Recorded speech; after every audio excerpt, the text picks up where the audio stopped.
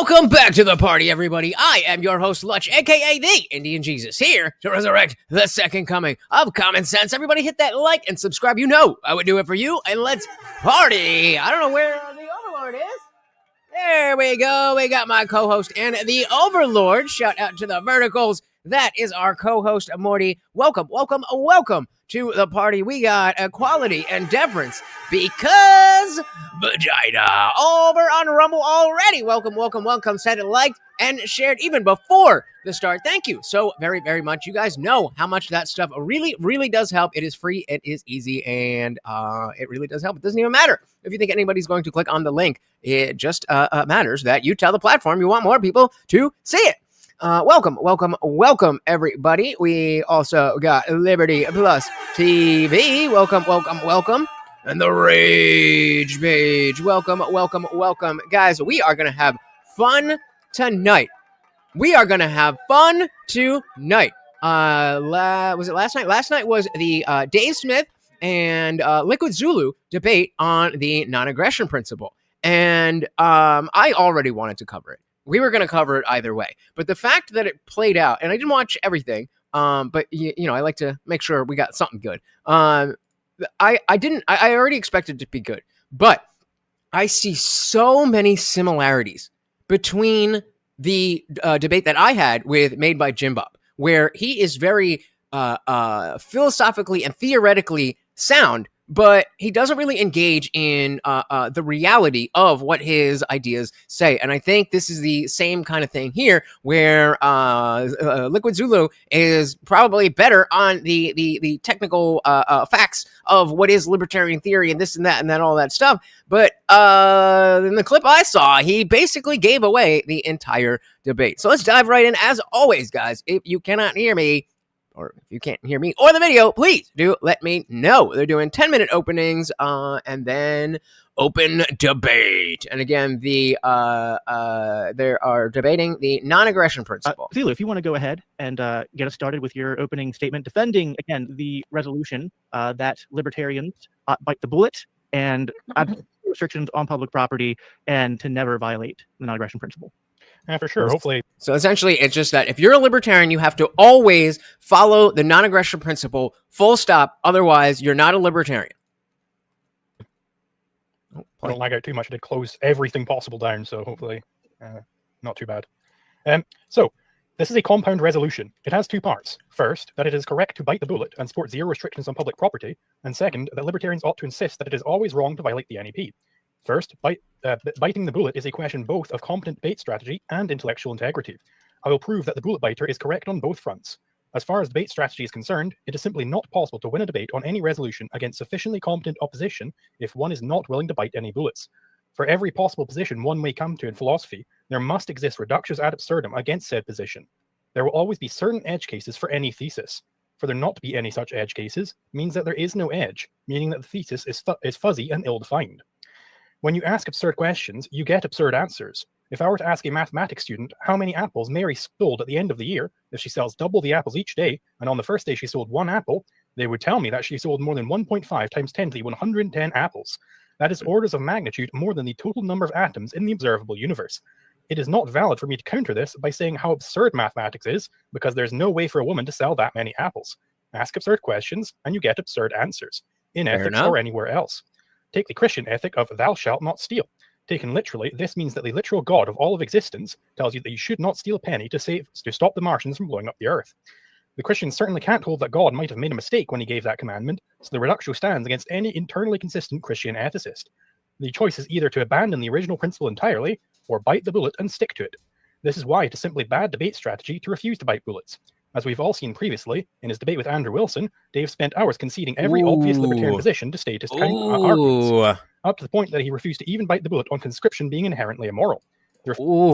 Starting off with the big guns. Refusal to bite bullets and ground his arguments in a solid philosophy has left him impotent and forces him to latch onto whatever philosophy is provided to him in the moment. A debate is a logical flowing of argument between opponents. There is a precise logical method that determines who has won a debate, and it does not depend upon claps or audience polling. If one participant refutes an argument from their opponent, and that refutation is not itself refuted, then that argument is considered lost for the opponent, and vice versa. What it means to not bite the bullet on some principle is to contradict that very principle. From this, it becomes trivial for one's opponent to flow through. So they keep using this phrasing, bite the bullet. And to me, that means, like, if you have to bite the bullet, it means that somebody else has a legitimate criticism of your ideology, your defense, whatever it is that you're arguing, and saying, okay, I'm going to give you some ground here, but I'm going to give you that ground because I don't need it. I'm still correct, even though in this one instance, you're correct. That's what I understand from when they're talking about bite the bullet. Shout out to King Nirvana. Welcome, welcome, welcome to the party. Not surprised to see you here, but very, very happy. Welcome, welcome, welcome. Like we just said, Zulu went into this with one goal: to take Dave's libertarian card. Oh, man. So again, I'm not super familiar with Liquid Zulu. You guys have been talking about him a lot, especially in the lead up to my debate with Jim Bob. And again, from what I've seen, I don't know, but there is a lot in here. So just to let you guys know, I do want to get through as much of this as we can. So don't take it personally if I don't pull up your chats. All right, let's do it. For debate strategy, biting the bullet is also essential for intellectual integrity. Integrity means that one is morally uncompromised. It is loyalty to one's rational convictions and values, the policy of acting in accordance with proper principles. Whenever one finds himself unwilling to bite the bullet, this means that they have abrogated a principle that they are attempting to uphold as true. They are trying to cheat reality on the altar of their random whims or cowardly sacrifice. They are giving up the true, the good, reality, for the false, the bad, nothing. This is the very mark of the disintegrated soul. Public property is merely one such instance of this general principle that libertarians must bite the bullet on. Indeed, the principle still applies here. What does it mean for there to be zero restrictions on public property? What it means that the government becomes completely laissez-faire with respect to it, that they will not interfere with it whatsoever. That is, it becomes immediately open to homesteading and can be rationally allocated to its most value-productive use. Dave has, in the past, attempted to strawman the zero restrictions position by sneaking various restrictions through the sally port. For instance, by positing a scenario where the government... that's not... So when, like, I think it'll come up. But an example of, like, okay, we'll do the prostitution debate that I did with J.S. Urban, where I was essentially arguing that it should be legal because the harm and all of this stuff, and he was bringing up a statistic about a rise in sex trafficking, and so I had to bite that bullet and be like, yes, you're right about this, but also I have other points behind that. So that's kind of where I'm coming from. Shout out to Angry Amputee. Welcome to the party. We got the captain of the Moral Felon Crew. Welcome. Very good to see you. Yeah, now we're up to 12 viewers and only 3 likes. What's going on, guys? Let's see on the vertical side. They're already doing better than you. Landscapers, you're falling behind. Liberty said by biting the bullet in this debate is basically referring to edge cases. Like, would you steal a penny to save the world? Liquid would say, no, you shouldn't steal the penny. That's what this is referring to. Yeah. And my wrong opinion is essentially, it's not a wrong opinion. It's an acknowledgement that, yes, I am advocating for something where some bad things will happen, but the argument is the good things that will come from it are more than that. Now, that's specific to the debate that I had, but let's just get a definition. Why not? Let's get a specific definition. Bite the bullet. What do we got here? Bite the bullet. Decide to do something difficult or unpleasant that one has been putting off or hesitating over. Decisions have been taken, and as a director, you've got to bite the bullet. I don't know. Is that really? Well, so as they use it more, we'll start to put it into context. But that's always how I say it. You gotta bite the bullet, meaning that there's a bad piece of your argument, and that's it. There's a bad piece of your argument. It doesn't mean that your argument is complete bullshit. It just means that you gotta bite the bullet and admit when you are wrong. All right, let's dive back in. Again, guys, since there's a lot here and a lot I want to talk about, I'm going to try to not stop it and be so much in the chat. So again, please don't take it personally. I just really want to see this.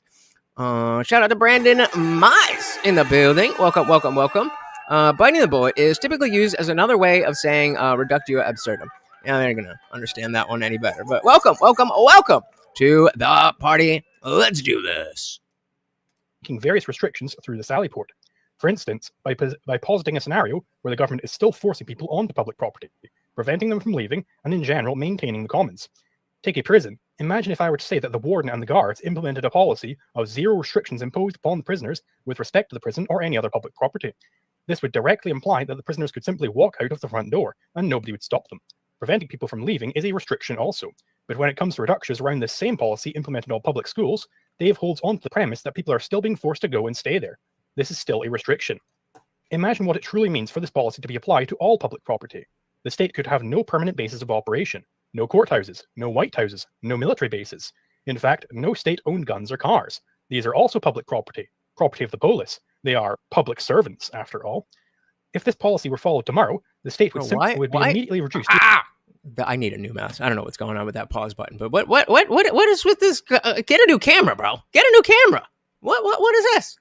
After all, if this policy were followed tomorrow, the state would be immediately reduced to a band of nomadic savages, completely incapable of maintaining a federal tax collection apparatus, war machine, welfare state, Federal Reserve, or pretty much anything else.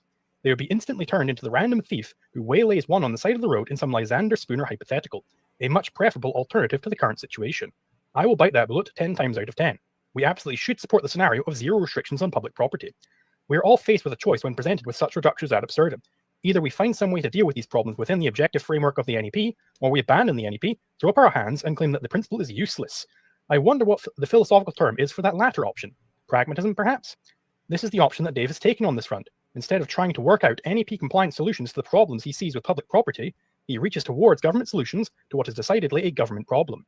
He wants to set the entire US military at the task of shutting down immigration. He wants this shit shut down by any means necessary. The second half of our resolution is that libertarians ought to insist that it is always wrong to violate the N.A.P.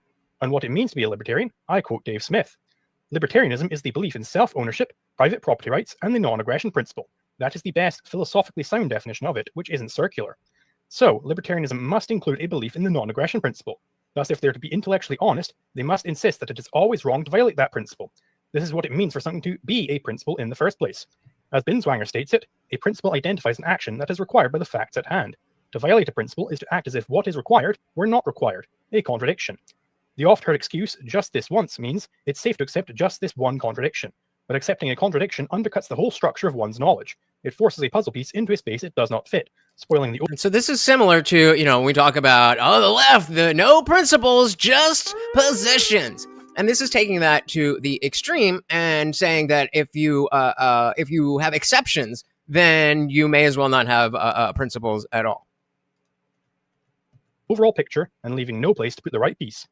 Thus, for Dave to maintain that libertarians ought not insist that it is always wrong to violate the N.A.P, he must either prove that intellectual dishonesty is a virtue, or he must disprove the N.A.P and show that those people should therefore not be libertarians in the first place. And so notice we have a debate prompt with all.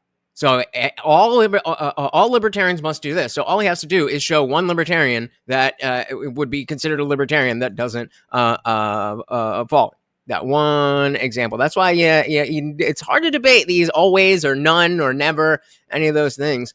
Quality said, quote, either the N.A.P is a non-aggression principle, if you guys are not familiar. Either it is perfect in all situations ever, or it's useless. Response, either you have never been wrong, Ginger Vosh, or you are always wrong. I like that. I like it. I have already intimated that intellectual dishonesty is a vice, but allow me to explicate that point further. Intellectual dishonesty requires that one is attempting to cheat reality for some imagined gain, but this relies on the premise that one's desires, whims, one's conscious action has primacy over existence. But the very opposite is the case. Existence has primacy over consciousness. The alternative is nothing more than a stolen concept fallacy. Consciousness means consciousness of something, of existence. Thus, existence is logically prior to consciousness, and consciousness cannot be the primary. A vice is that which is anti-reality. Evasion. Evasion is the active disintegration of concepts, turning one's consciousness away from its objectively proper role in perceiving reality and towards imagining up a fancy world inside one's head. Shout out to Behave in the building. Welcome to the party over on the vertical stream. Again, guys, if you are on the vertical stream and you don't like vertical, we have the exact same stream landscape. Just hit the pinned link we have Dave Smith and Liquid Zulu debating that the non-aggression principle should always be followed under every circumstance. Welcome to the party. We got Dave Smith, Liquid Zulu with the bad camera. Any endorsement of the primacy of consciousness is necessarily a vice, so intellectual dishonesty is a vice. So much for intellectual dishonesty. Dave's other escape hatch is to disprove the N.A.P., thus showing that libertarians ought not insist that it is always wrong to violate the N.A.P., because they shouldn't be libertarians in the first place. On this, I point you towards my argumentum e contrario, which proves the N.A.P. to be true. First, the problem that law tackles is that given the fact of scarcity, conflicts are possible. So how should a man deal with conflicts? There are three possible answers. 1, the law of the jungle, do what thou wilt, might makes right, don't bother with the question, etc. 2, the non-aggression principle, avoid conflicts. And 3, mixed law, something in between these two. Both the law of the jungle and mixed law are false because both... Oh, well, I was going to say sound good to me, but he's saying it's false. So let's see why. 3, mixed law, something in between these two. Both the law of the jungle and mixed law are false because both reduce into the primacy of consciousness. Thus, their only remaining option, the N.A.P., must be the true principle of law. In summary, I hold that libertarians ought to bite the bullet and support zero restrictions on public property, and insist that it is always wrong to violate the N.A.P. We ought bite the bullet because it is both competent debate strategy and a requirement of intellectual honesty, which is a virtue. We ought to support zero restrictions on public property because it would destroy the state overnight and lead to a world which is much more compliant with the N.A.P. And we must insist that it is always wrong to violate the N.A.P. because it is a true principle and dishonesty is a vice. All right. Thank you, Zulu. Dave, go ahead and give us your opening statement. Guys, just pro tip. If you, when you're done with your opening or closing statement or a timed a piece and you're not using all the time, just say I concede my time so we don't have 5 seconds of just... Is he done? Sure. Well, thank you to both of you guys for doing this. I appreciate it. I think let me just start by saying, Zulu, like I think that I think you're a very good libertarian, and I think that I saw the video. The only video I've watched of yours that was not about me was the one that you had that went viral. Or I don't, not that it's the only one, but it had like 500,000 views, and it was you tearing apart socialism and quoting Ludwig von Mises and all this stuff, and I thought it was really good. And I just wanted, like, you've obviously said some things that I find disrespectful about me that I think are out of line and wrong, but like, I do appreciate that you're a young guy who's spreading these ideas. I think that was like, even just what you put together right there was very impressive. I just see a whole lot of holes in it. I hope we can talk about that in the show, but I guess my opening would be this. Already, I just am more... I mean, obviously I'm biased because I love Dave Smith, so putting that out there. I am biased. Oh, where is it? Oh, I am biased. I like Dave Smith. I don't know much about Zulu at all, but I do try to be as unbiased as I can. And already you're seeing a level of the way that they speak. The way that they speak is indicative of how they think. And so being more casual in your speaking without having to fancy it up is you should be if your point is good, you should be able to explain it to a 5-year-old. Shout out to Adam, the captain of the Moral Felon Crew, starting us off with the $2. Oh, sorry, Mark. $2 making you holla. That's right. Every single donation comes with a treat for Morty and does add to the Morty Memorial Fund. Thank you so very, very much getting us started. We are close to $1,000 for when my friend here unfortunately passes. Braxis, welcome. I'm too skinny to have a bias. All right, well, guess what? Where is it? God damn it. Every $2 is another push-up. So, book me up. Look how puny. I'm pathetic. I need your help. Send me the money. Welcome. About that in the show, but I guess my opening would be this. Did either of you guys, you ever seen or read Mozart Was a Red? Do you know what I'm talking about? What? It's Murray Rothbard wrote a play about his experience with Ayn Rand. And it's pretty hilarious, at least I thought. And it's one of the things, like the character that plays Ayn Rand is like Murray Rothbard comes to her apartment because he had written her a letter saying how great Atlas Shrugged was. And like he sits down and the Ayn Rand character is like, would you like a cigarette? And he's like, oh, no, thank you. I don't smoke. And she goes, what do you mean you don't smoke? And he's like, and she's like, why not? And he goes, I don't like it. I don't know. And she goes, you allow your subjective whims to dictate your decision making or something. And anyway, he's needling Ayn Rand. And the point is that a lot of people just in the objectivist tradition get into this habit of pretending that very clearly subjective things are objective statements, that they are deducing from first principles and their unified theory of everything when they make a claim like, thank you so much. Welcome to the party. Embarking on a bad strategy, or he's bad for the movement. When that is so clearly, obviously, almost, look, even if any of us have an opinion on what the right strategy is to get from wherever we are now into anarcho-capitalism, it is so obviously not an objective fact what any one strategy is. Who the hell knows? I mean, I likely think it's a better strategy to run Ron Paul people than Gary Johnson people, but I don't even really necessarily know that that's the case. In fact, it could be a bad strategy for us to wake people up to all of this to begin with. Maybe the end result of it is that the state just crushes all of us and people still don't believe in liberty anyway. But yet you can spin these things as if they're objective claims. And I don't think that that's right. Now, I think, so one of the points you made, or something similar to this in your video about communism, I believe, in fact, you started by saying something along the lines of like, what a lot of libertarians have said before, like there's this line about how communism works really good on paper, but doesn't work in the real world. And of course, like every libertarian or any person with any conception of like philosophy at all immediately goes like, no, dummy, that's not what that means. If it works on paper, then it works in the real world, right? Like that's the idea of on paper. The idea of theory is that it works in the real world. So what's like a more accurate thing. Okay, I think he's about to say what I'm thinking is that it seems like it works on paper, or it looks good on paper, but that doesn't necessarily mean that it is good. That the communist could say, or that the liberal could say, would be, it sounded good to you in got theory, him, but it doesn't work in practice. And the only reason it sounded good to you in theory is because you missed these 5 or 17 glaring holes that other people have pointed out, and it's not actually good on paper. Well, in the same sense, if when you build something, you know, like I know Zulu and a bunch of people I think in his camp took offense to when I said that if I believed libertarian principles led to this, I would simply abandon libertarian principles. Even though I was saying I don't believe libertarian principles lead to this, I was saying if they did, I would abandon it. But I mean, take that to its logical conclusion. If any set of principles that you believed were true, or any theory in like you believed is true, let's say when put into practice, was going to result in all of us dying this instant. Obviously, there's a crazy scenario. Let's say that was the case. Are you saying you wouldn't abandon that theory?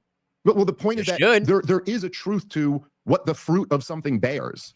And that's also an observable truth. And if the fruit of something is obviously a complete disaster that defeats the entire purpose of philosophy to begin with, then clearly the answer isn't, I was right about everything on paper, and then I put it, the answer is, I'm missing something here.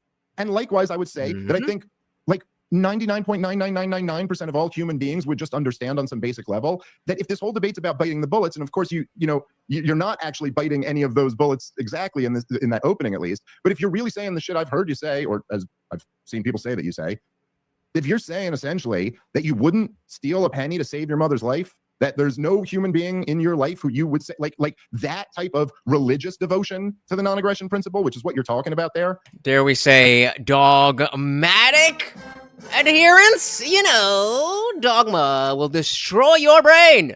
I mean, that is a fruit that if that's what your theory bears, I think the correct response is to go, I have to go re-examine my theory for such self-evident reasons. Like anybody, it's more that belief, like if taken to its logical. Again, guys, real quick, I'm not gonna keep stopping to say that I'm not gonna keep stopping it, but there's a lot here that we want to get through, so I'm not gonna be as in the chat as usual. But if you got something good, pull it up and stop the show. Anybody, it's more that belief, like if taken to its logical conclusion, right? Whatever the Mars, space laser or whatever. So we could draw it down to stealing a penny, and let's just say that, like, for a fact, you knew that the Martian wasn't just going to kill your kid or whatever; they were going to torture them to death. And you're saying you wouldn't steal a penny, or that we should say in that case you don't steal a penny because that's aggression? That isn't in the realm of a libertarian legal theory anymore. That is, and like, okay, you can say that, yeah, okay, well then you're not really principled as a libertarian. Like, okay, but how that only matters as far as what happens in the world. In the realm of I mean, maybe the worst version of ideological capture I've ever heard. Just religious devotion. And since you started off with your scripture, and we're on a Christian show here, I would say that, Jacob, I'm not like a religious expert, and I have a feeling that there are a lot of religious experts who probably have a pretty good answer to how the thou shall not steal thing doesn't actually mean you got to let your whole family burn before you steal a thing. I think, in fact, in Christianity, there's a whole system of just like apologizing or something like that. But anyway, confession, right? You just go and you know that you did something wrong, and there is a built-in thing for that, because the notion that people could be perfectly adhering to a one single principle throughout their whole life, with the complexity of life, is like that's not realistic. Shout out to Bear Zerker. I like that. Welcome. We got another landscaper. Shout out to the landscape crew. Welcome. There's a whole system of just like apologizing or something like that. But anyway, I'm pretty sure that both in Judaism and Christianity, what you'll find laced all over the place as God's like most central commandment is do not worship anything else except me. Do not make anything else your religion except this. And I think there's a lot of wisdom in that, because when you make anything else your religion, it's always going to get perverted. So like, look, you can believe in the non-aggression principle. And you can also be a human being and understand things like, for example, if I were to like, or someone cheating on their wife, I don't think any of us would say is a violation of the non-aggression principle. Shoplifting is, but I don't think any of us would say that like shoplifting is more. Maybe Zulu would, but I don't think anyone else would say that shoplifting is like a worse moral crime than cheating on your wife, right? So like in the same sense, isn't it pretty obvious? There's levels to this shit. Than cheating on your wife, right? So like in the same sense, isn't it pretty obvious? Isn't it even pretty common sense to just say that like, look, I believe in the non-aggression principle. I think it's like a foundational civilizing principle. Mm-hmm. It is the principle of civilization. And we have civilization to the degree for in 99% of cases when we have non-aggression. But thank you so much for the likes, guys. As I said, that really does help. There's also a principle that like I have to do absolutely anything within my power to protect my children. Yep. And that's actually a principle that rises far beyond the non-aggression principle. In the same and I way think that, like, if I got in a fist, that's the core. That's the core of this. Is that, are you a true libertarian? Are you the most libertarian there ever is? Or does that maybe make you lesser of a person, less moral of a person, to just stick by your principle for the sake of sticking by your principles and letting the people you love die?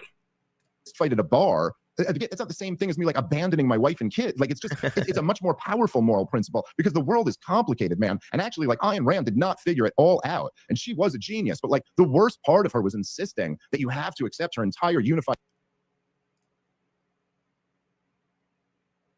You think that he just said that I don't like not being able to? Is that what you think he said? Okay, shout out to Zulu for the big brain take. Like the worst part of her was insisting that you have to accept her entire unified theory of everything. Life is complicated. We don't know everything that's going on here, and we can't deduce all of it from first principles in a perfect logical chain. We can deduce some things, and like those are important, and we could get into some of the specifics of what you said here. I'll wrap up, but like. And anything that can be addressed by sticking to your first principles obviously should. But the point is, life ain't that simple. It's not that black and white. Guys, every day, at the end of the day, we all have to collapse and hallucinate for like 7 hours and go to like a different zone. And none of us know why exactly that is. There are mysteries about this world. There are things we don't know, but there is something so obviously anti-human, more anti-human than the worst environmentalist. Fucking environmentalists. Lone Cell, being a libertarian in America is basically virtue signaling. Capital L libertarian. With the lowercase, it just means, a much broader, like, just leave me alone, man. I just want to do what I want to do. You do you, and I'll do me. That kind of thing. So, capital L, agree. Lowercase L, disagree. Obviously anti-human, more anti-human than the worst environmentalist, about saying that what we ought to believe is that you should allow your family to be slaughtered before we would steal a penny. And I'm sorry if like you think that's unfair for me to frame that, but like, from what I understand, your challenge to me was, you're too much of a coward to debate me. I will bite all of these bullets in front of you and show you how it's a good debate strategy. And like, I would just say, again, how do you define a good debate strategy? You're trying to persuade the audience to your cause. I would venture to say that biting that bullet is not going to be a great strategy to persuade people. Anyway, happy to get into any of the specifics. All right.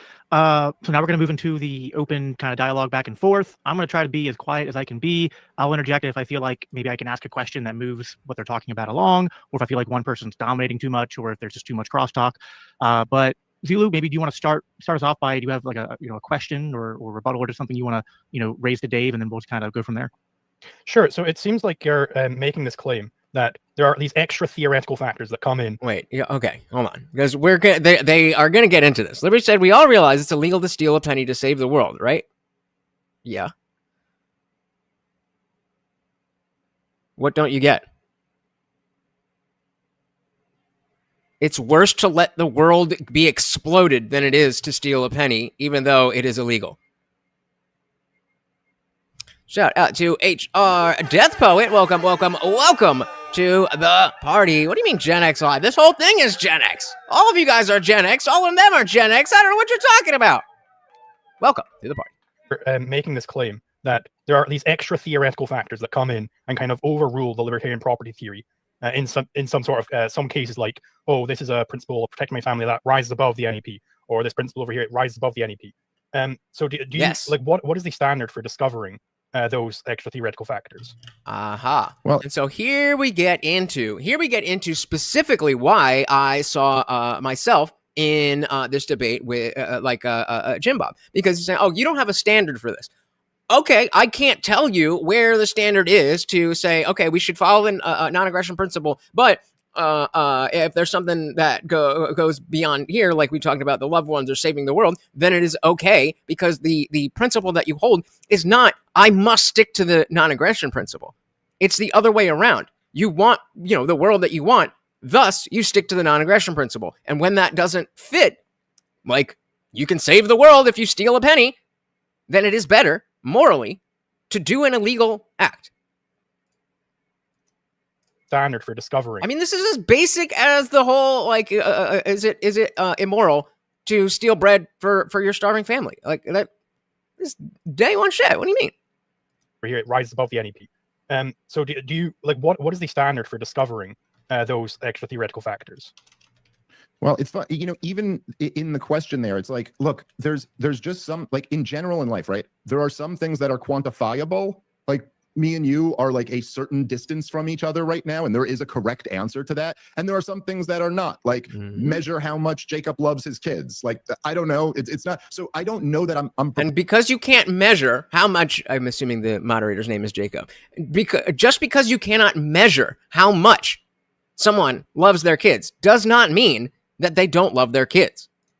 And so relevance being that Zulu is saying, well, you can't quantify or give me a hard standard on when we should abandon the non-aggression principle for something higher.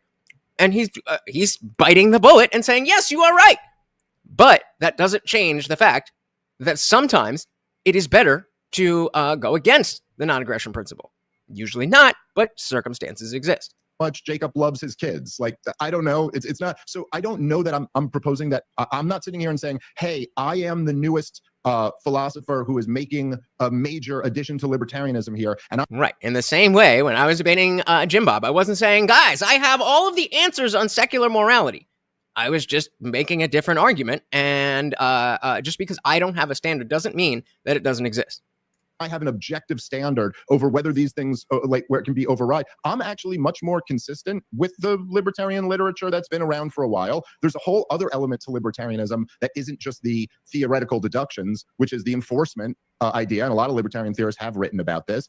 Obviously, like, libertarians have always argued for private court systems and private police systems. There would be some system of enforcement. And the truth is that the obvious answer to this scenario, right, is, first of all, no, I don't not steal a penny to save my children. I steal $1 million to save my children, and then I guess maybe I go to jail for that. Or maybe I try to plead my... Right. So you're saying it is illegal, thus I deserve to be punished by the law. What's immoral about that? What's inconsistent about that? Steal $1 million to save my children, and then I guess maybe... As you should. If you're not willing to steal money to save the life of your child, you're a pretty fucked up individual. go to jail for that. Or maybe I try to plead my case in court. So in other words, I don't have an objective standard. I don't know that there is one, but there would be some type of court system where you could plead your case to other people and they could say, hey, we're talking about extenuating circumstances here. You know what I mean? Like there's no theory ever, any political theory, that when put into practice, there won't be areas of just like, it's a judgment call. Let's use common sense. You know, there could be an example of trespassing, but you didn't put up a sign and you didn't have a fence and you didn't say private property. So there was no way for this guy to reasonably know that he was trespassing. That's not exactly consistent with libertarian philosophy, but like it's a situational. So I don't need to have an objective standard to this to just know that the obvious is true. Steal. I really wish you guys would start spamming this emoji. Like when, you know, I would love for this to be our thing. You guys know I use that emoji all the time. Like, just saying. Just saying. Money and save your kids or your grandma. Can I ask you a question now, man? Because I honestly almost feel like I'm being trolled with this shit. Like, is your sincere position, like, forget this debate, just like us. This is where I saw, and I was like, oh, okay. Yeah, he can debate. He can give you all the answers on why he is correct, but don't make no fucking sense. Trolled with this shit. Like, is your sincere position, like, forget this debate, just like us as dudes, are you like, I understand you're young, you don't have a family of your own yet, I'm guessing, but there's no one in your life that you like love enough? Are you saying there is, like, you'd allow your own mother to be tortured to death before you stole a penny? Is that actually your position? Yeah, so basically the way I view reductio ad absurdum, this is just what I think they achieve, is it's saying, hey, is there an exception to your thesis here? Is your principle actually a principle, or is there some exception to it? That's really what they're asking. And it's perfectly valid to say, no, there is no exception to the theory. So let's take, like, for Can we agree that that's fucking crazy? Can we agree that willing to let the world get blown up so that you don't steal a penny is crazy? Can we agree that letting your mother be tortured so that you don't steal a penny, so that you stick to your principles? Maybe those are not good principles to have if that's where it leads. It's moral to steal. You shouldn't steal. That's all Zulu's argument is. But that's not what he said. No, now we have the hypothetical of would he do that? Would he do that? Shout out to Sublime. Said it's not crazy, but more retarded. I mean, hey, pick your word. It's just out there. It is out there. Here, is your principle actually a principle, or is there some exception to it? Did I skip ahead? That's really what they're asking. And it's perfectly valid to say, no, there is no exception to the theory. Okay. And so let's take, like, for instance, the Martians are going to blow up the planet. Like, the aliens come in and they're like, hey, you got to steal this penny. Let's imagine this, like, actually literally happening in real life.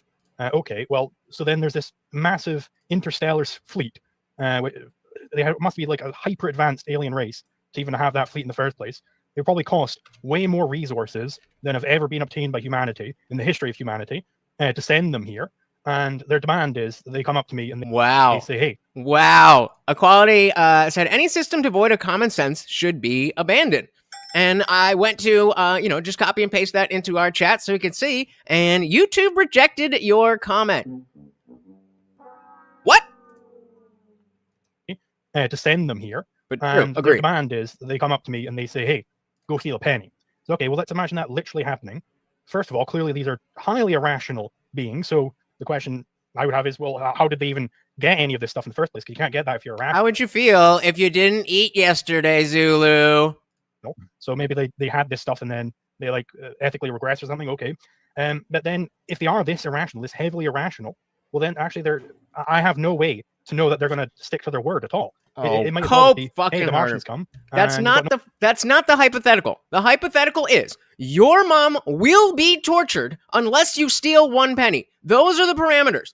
You're trying to add in extra stuff. It's a hypothetical specifically to talk about that instance. Would you steal the penny or would you let your mother be tortured to death? Those are the options. For the Mr. Black and White, yeah, come on, man. What are we doing?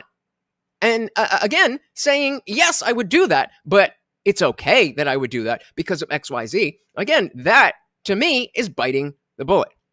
Shout out to Mr. Alley Cat. Welcome, welcome, welcome. So this problem has been solved already. You use a Mac to... what? What? From me or from him? I'm going to assume that's for him, and that is for me. Welcome, welcome, welcome to the party. They're going to stick to their word at all. It might as well just be, hey, the Martians come, and you've got no way to stop them. It's like, okay, well, then I just have no way to stop them. Because let's imagine this literally. Yeah, but you know, hold on. First of all, this isn't the question I asked you, and this doesn't sound very bullet biting for that to have been your whole pitch to me here. But like, no. Shout out to More God's Hammer over on Rumble. Welcome to the party. Again, said like and share, guys. Thank you so much. That really, really, really does help. And again, it doesn't even matter if you think anybody's going to click on the link. Just by you telling the platform you want more people to see it, they will show it to more people. Thank you, and welcome to the party. Said Dave Smith rules. Hell yeah. Sound very bullet biting for that to have been your whole pitch to me here. But like, no, I'm asking a very specific question though, which isn't what you're answering me. I'm saying, do you actually feel that way as a person? Like, is there no one in your life who, if there was this situation where, and whatever, dude, the point obviously of biting this bullet isn't how likely the scenario is or what the real world logistics of it all are. Just saying. How would you feel if you didn't eat breakfast yesterday? There was a scenario where the person you love the most in the world was going to get tortured to death, and you could steal a penny or $1 to stop it from happening. Like, I thought the whole call was that you will bite that bullet to my face. So like, are you actually saying you believe that and you would do that with someone you love? Yes, I believe it would be immoral to steal a penny or rape a baby or anything. Wait, what? Or pay a baby? What are you talking about? So you legitimately think that it's okay to let your mother die because you don't want to steal a penny? That sounds pretty gay. Pretty gay. Shout out to Josh Crumb. Welcome to the party. Said, I need your advice. Well, come on and join the Discord, and we could chat about whatever you like. Liberty agrees with Zulu. All right, fair enough. You love. Yes, I believe it would be immoral to steal a penny or rape a baby or any other aggression. I believe that would be immoral. Yes. What? No, that's not my question. I asked, would you do it?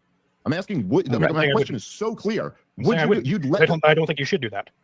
That's not what he's asking you. We all agree that you should not steal. We all agree that stealing is illegal and immoral. That is not the question. Would you do something illegal to save the life of your mother, knowing that she's going to be tortured to death? This isn't a complicated thing. But, well, technically, both are immoral, so... Shut up! So you'd allow the person you love the most to be tortured to death before you stole $1 so that you could be committed to your philosophical principle of it always being wrong to steal $1, so that you would have a coherent worldview. Yes. That's insane. That is insane. I'm with Sublime. I'm stealing all the money required. Maybe a little extra to make sure. That is insane. The life, I'm in Zulu's position. I don't have a wife. I don't have kids. I got Morty. That's about it. I mean, obviously, I got my parents and my extended family. But in terms of that, I can't understand how you can see that as a moral position. So I'm willing to listen. I'm willing to listen. I've changed my mind in debates in the middle before, but I don't get it. Liberty said, if your only exception is your preferences, it's not particularly relevant to objective truths and morality. Disagree. Completely disagree. Being wrong to steal $1 so that you would have a coherent worldview. Yes. So that you could feel good about your own coherent worldview, you'd allow the person you love the most in the world to be tortured to death. That's the position that you want to debate here. And you don't see how maybe someone could think you're just a religious zealot. This is insane. If you're posting that's aggression, I've got to commit aggression, then yes, I would not nuke Ohio in order to save. Dude, I don't. Bro, what do you mean nuke Ohio? We said steal a penny. This is who you guys are riding for? I thought this was Mr. Big Brain. What the fuck? What the fuck? Shout out to DJ Isolated. Welcome to the party. So what's going to tick me off about this? Well, it's two libertarians arguing about the non-aggression principle. So probably the whole thing. Equality said a penny can be repaid. A life cannot be restored. Common fucking sense. Exactly. More God's Hammer said, wowzers, is this guy bonkers? I can see sacrificing oneself for principles, but another innocent person? Bingo. Yep. Well, I get to be the great libertarian. My mom got tortured to death, but I'm the truest libertarian there is. What? Shout out to Giggling Spy. Welcome. Said, whoever I'm stealing that penny for that reason, would understand and agree with the stealing. Bingo. Yep. But no, we have to have our principles, otherwise nothing makes sense. Maybe your principle should be, no matter what my politics are, my family matters more. Then yes, I would not nuke Ohio in order to save. Dude, I don't dislike you enough.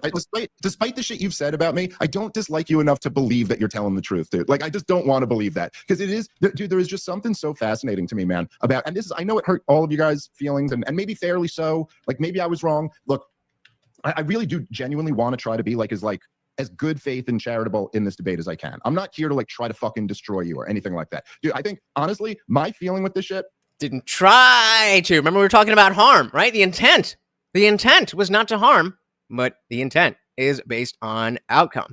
And shout out to Kai. Welcome to the party. There are two libertarians arguing about the non-aggression principle and whether it should be adhered to dogmatically, or is life complicated enough that there are some exceptions. And I just saw this. God damn it. Hold on, give me a second. Boom. So whoever was just asking, Sublime asked, do I have a Twitter? And indeed I do. Indian Jesus off, like official. Indian Jesus off. Welcome to the party, guys. Let's dive right back in. Try to fucking destroy you or anything like that. Dude, I think, honestly, my feeling with this shit, I don't know if you saw this, Jacob. The other day, I just gave Alex Berenson a lot of credit and sent a bunch of fucking people. I just sent fucking hundreds of thousands of people at Alex Berenson's goddamn Substack. Even though he's called me a Holocaust denier, and he's been totally shitty to me, but just because, God damn it, he just broke the story that Moderna covered up a kid that died in the trials of the COVID jab. This is such an insane story. So what, at the end of the day, you got to care more about the thing that actually matters here, which are the issues we care about, than our own egos. And so Zulu, I look at you, I go, dude, you reached 500,000 people breaking down the price calculation problem of socialism, and I bet there's a whole bunch of people you reached who I can't reach, in that group who you're talking to. And that's amazing, dude. I want you to be successful in this. I want you to do as much as you can. So I'm not trying to own you here, but look, there is something about the people, I know you guys got upset that I said you're worse than communists. I don't know. Maybe that wasn't the right way to say it. I mean, are communists out here saying, yeah, let mommy burn? Well, I guess they are. So I did just drop a poll on the Landscaper stream. Come on over if you want to be involved. I just asked, is it sane to let your family be tortured to death so that you don't have to steal a penny? Yes, I'd save my family, or no, I'm sticking to my principles. Let me know what you think. We got Callan in the building. Welcome. Said God is man-made propaganda. No debate here. Dilly to that. Speaking of which, guys, I have a debate tomorrow that religion and tradition are more important than science. I'm on the for side, so I think you guys will enjoy. But welcome to the party, Callan. Let's dive back in.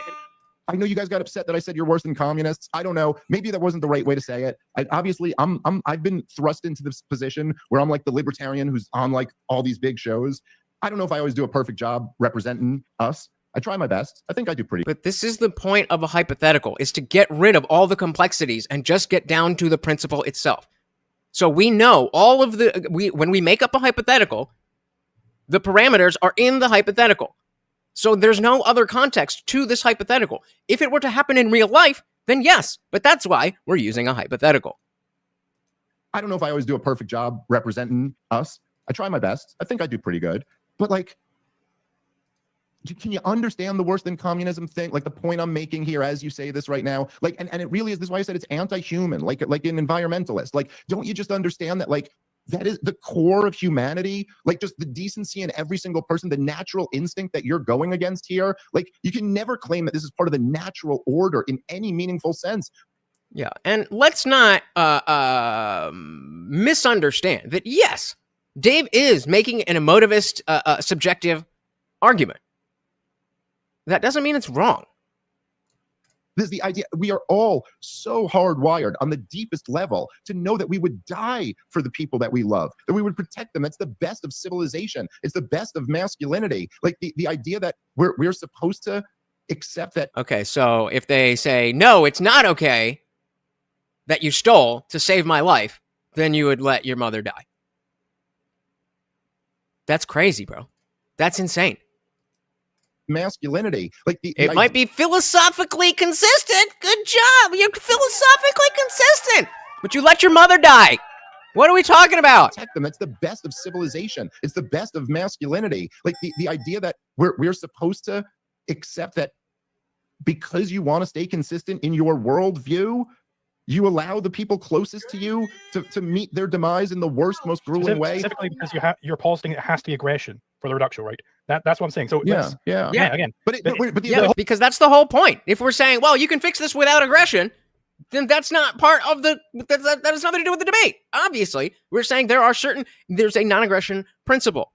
When it is feasible, you should try to solve conflict with anything besides aggression. That doesn't mean that there are no situations where aggression is not warranted and perhaps necessary. Aggression for the reduction, right?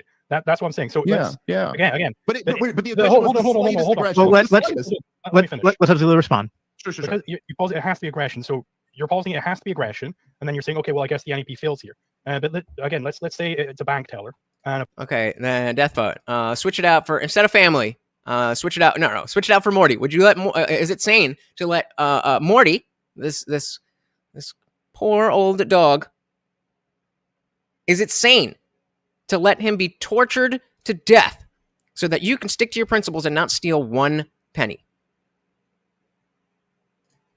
Saying, okay, well, I guess the N.A.P fails here. But let's say it's a bank teller, and a person holds a gun to their head and says, hey, go empty the cash register for me. You could look at that and say, oh, that's definitely aggression for the teller to be stealing his money and giving it to the thief. But also, maybe that's not aggression, right? Is that aggression? I think the person who's holding the gun is the one actually committing the aggression there. So that's why I was trying to analyze the Martian scenario. And like another thing is, if this literally did happen, the aliens came, I posit that there are 0 people on planet Earth who I could steal a penny from. I think that nobody would reject me taking that penny. So then it's actually not possible for me to steal a penny. So then the scenario is just the Martians come in, and they're going to vote for it, and there's nothing you can do about it.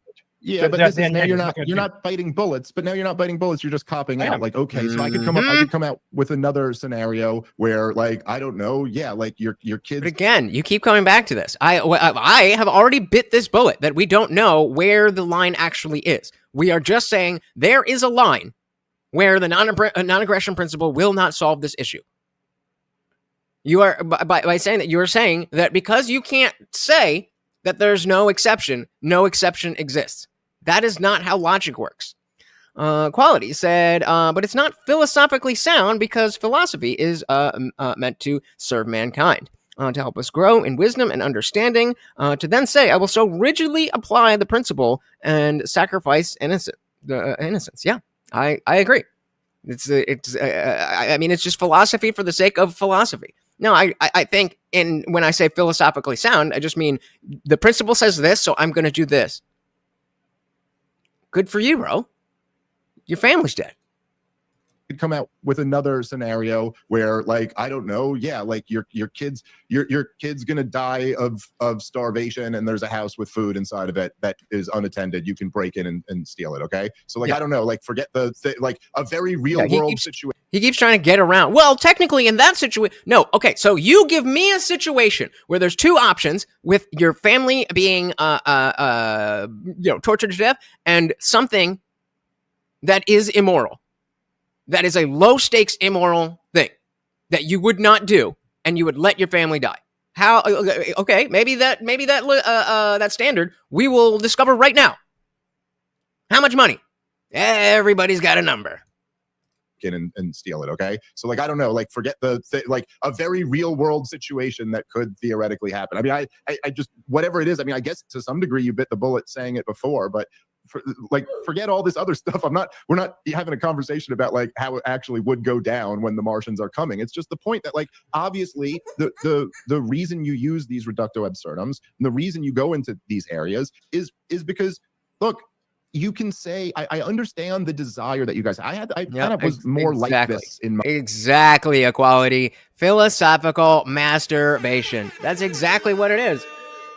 Morty's gone. He's like, oh, they ain't feeding me. Oh, man. What? Dilly.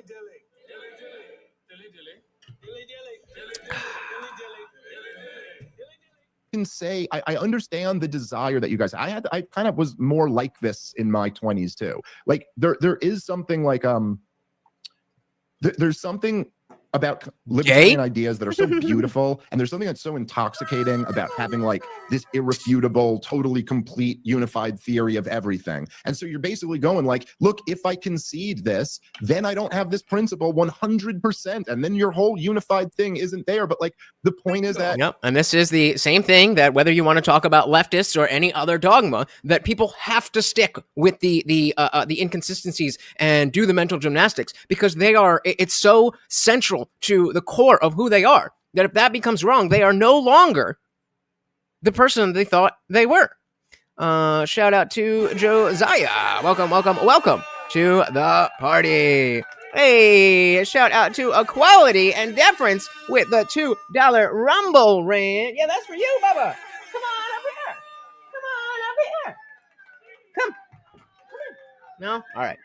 You've pissed him off too much, but maybe we can get back in his good graces. Please, will you take our treat? Thank you. Beautiful. Thank you so very, very much. We got a new co-sponsor of the stream. Guys, remember, we got an extra special treat for Marty if we hit the goal. And I have to do a push-up for every $2. I am puny. Please help me out. Thank you so very, very much. Well, 100%. And then your whole unified thing isn't there. But like the point is that, as with every moral principle, there are times where there are conflicting principles and there are lots of things going on, and it doesn't really cancel it out. Like it doesn't cancel out the non-aggression principle to say that I would commit aggression in some acts. And in fact, I can still say that I believe that ought to be the legal order. But it's just like, yeah, obviously there are some scenarios where actually morality being more complicated than anything that you just like deduced from libertarian literature, there's other moral issues that are more important that might. Shout out again to our co-sponsors of the stream. We got Adam and a person with the longest name ever, Equality and Deference, because vagina. From libertarian literature, there's other moral issues that are more important that might outweigh it. I just think that's a. Oh my God! Did you guys see the clip? Where he gets trolled? Why is my camera like? There we go. That's better. Did you guys see the clip where Hassan gets trolled on the street with the Kaya picture? We have to watch that. There's other moral issues that are more important that might outweigh it.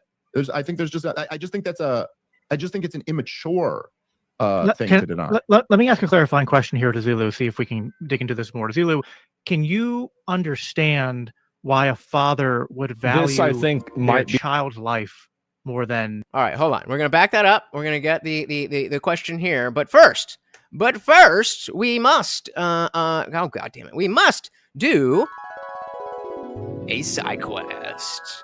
So I just saw this today, and it is amazing.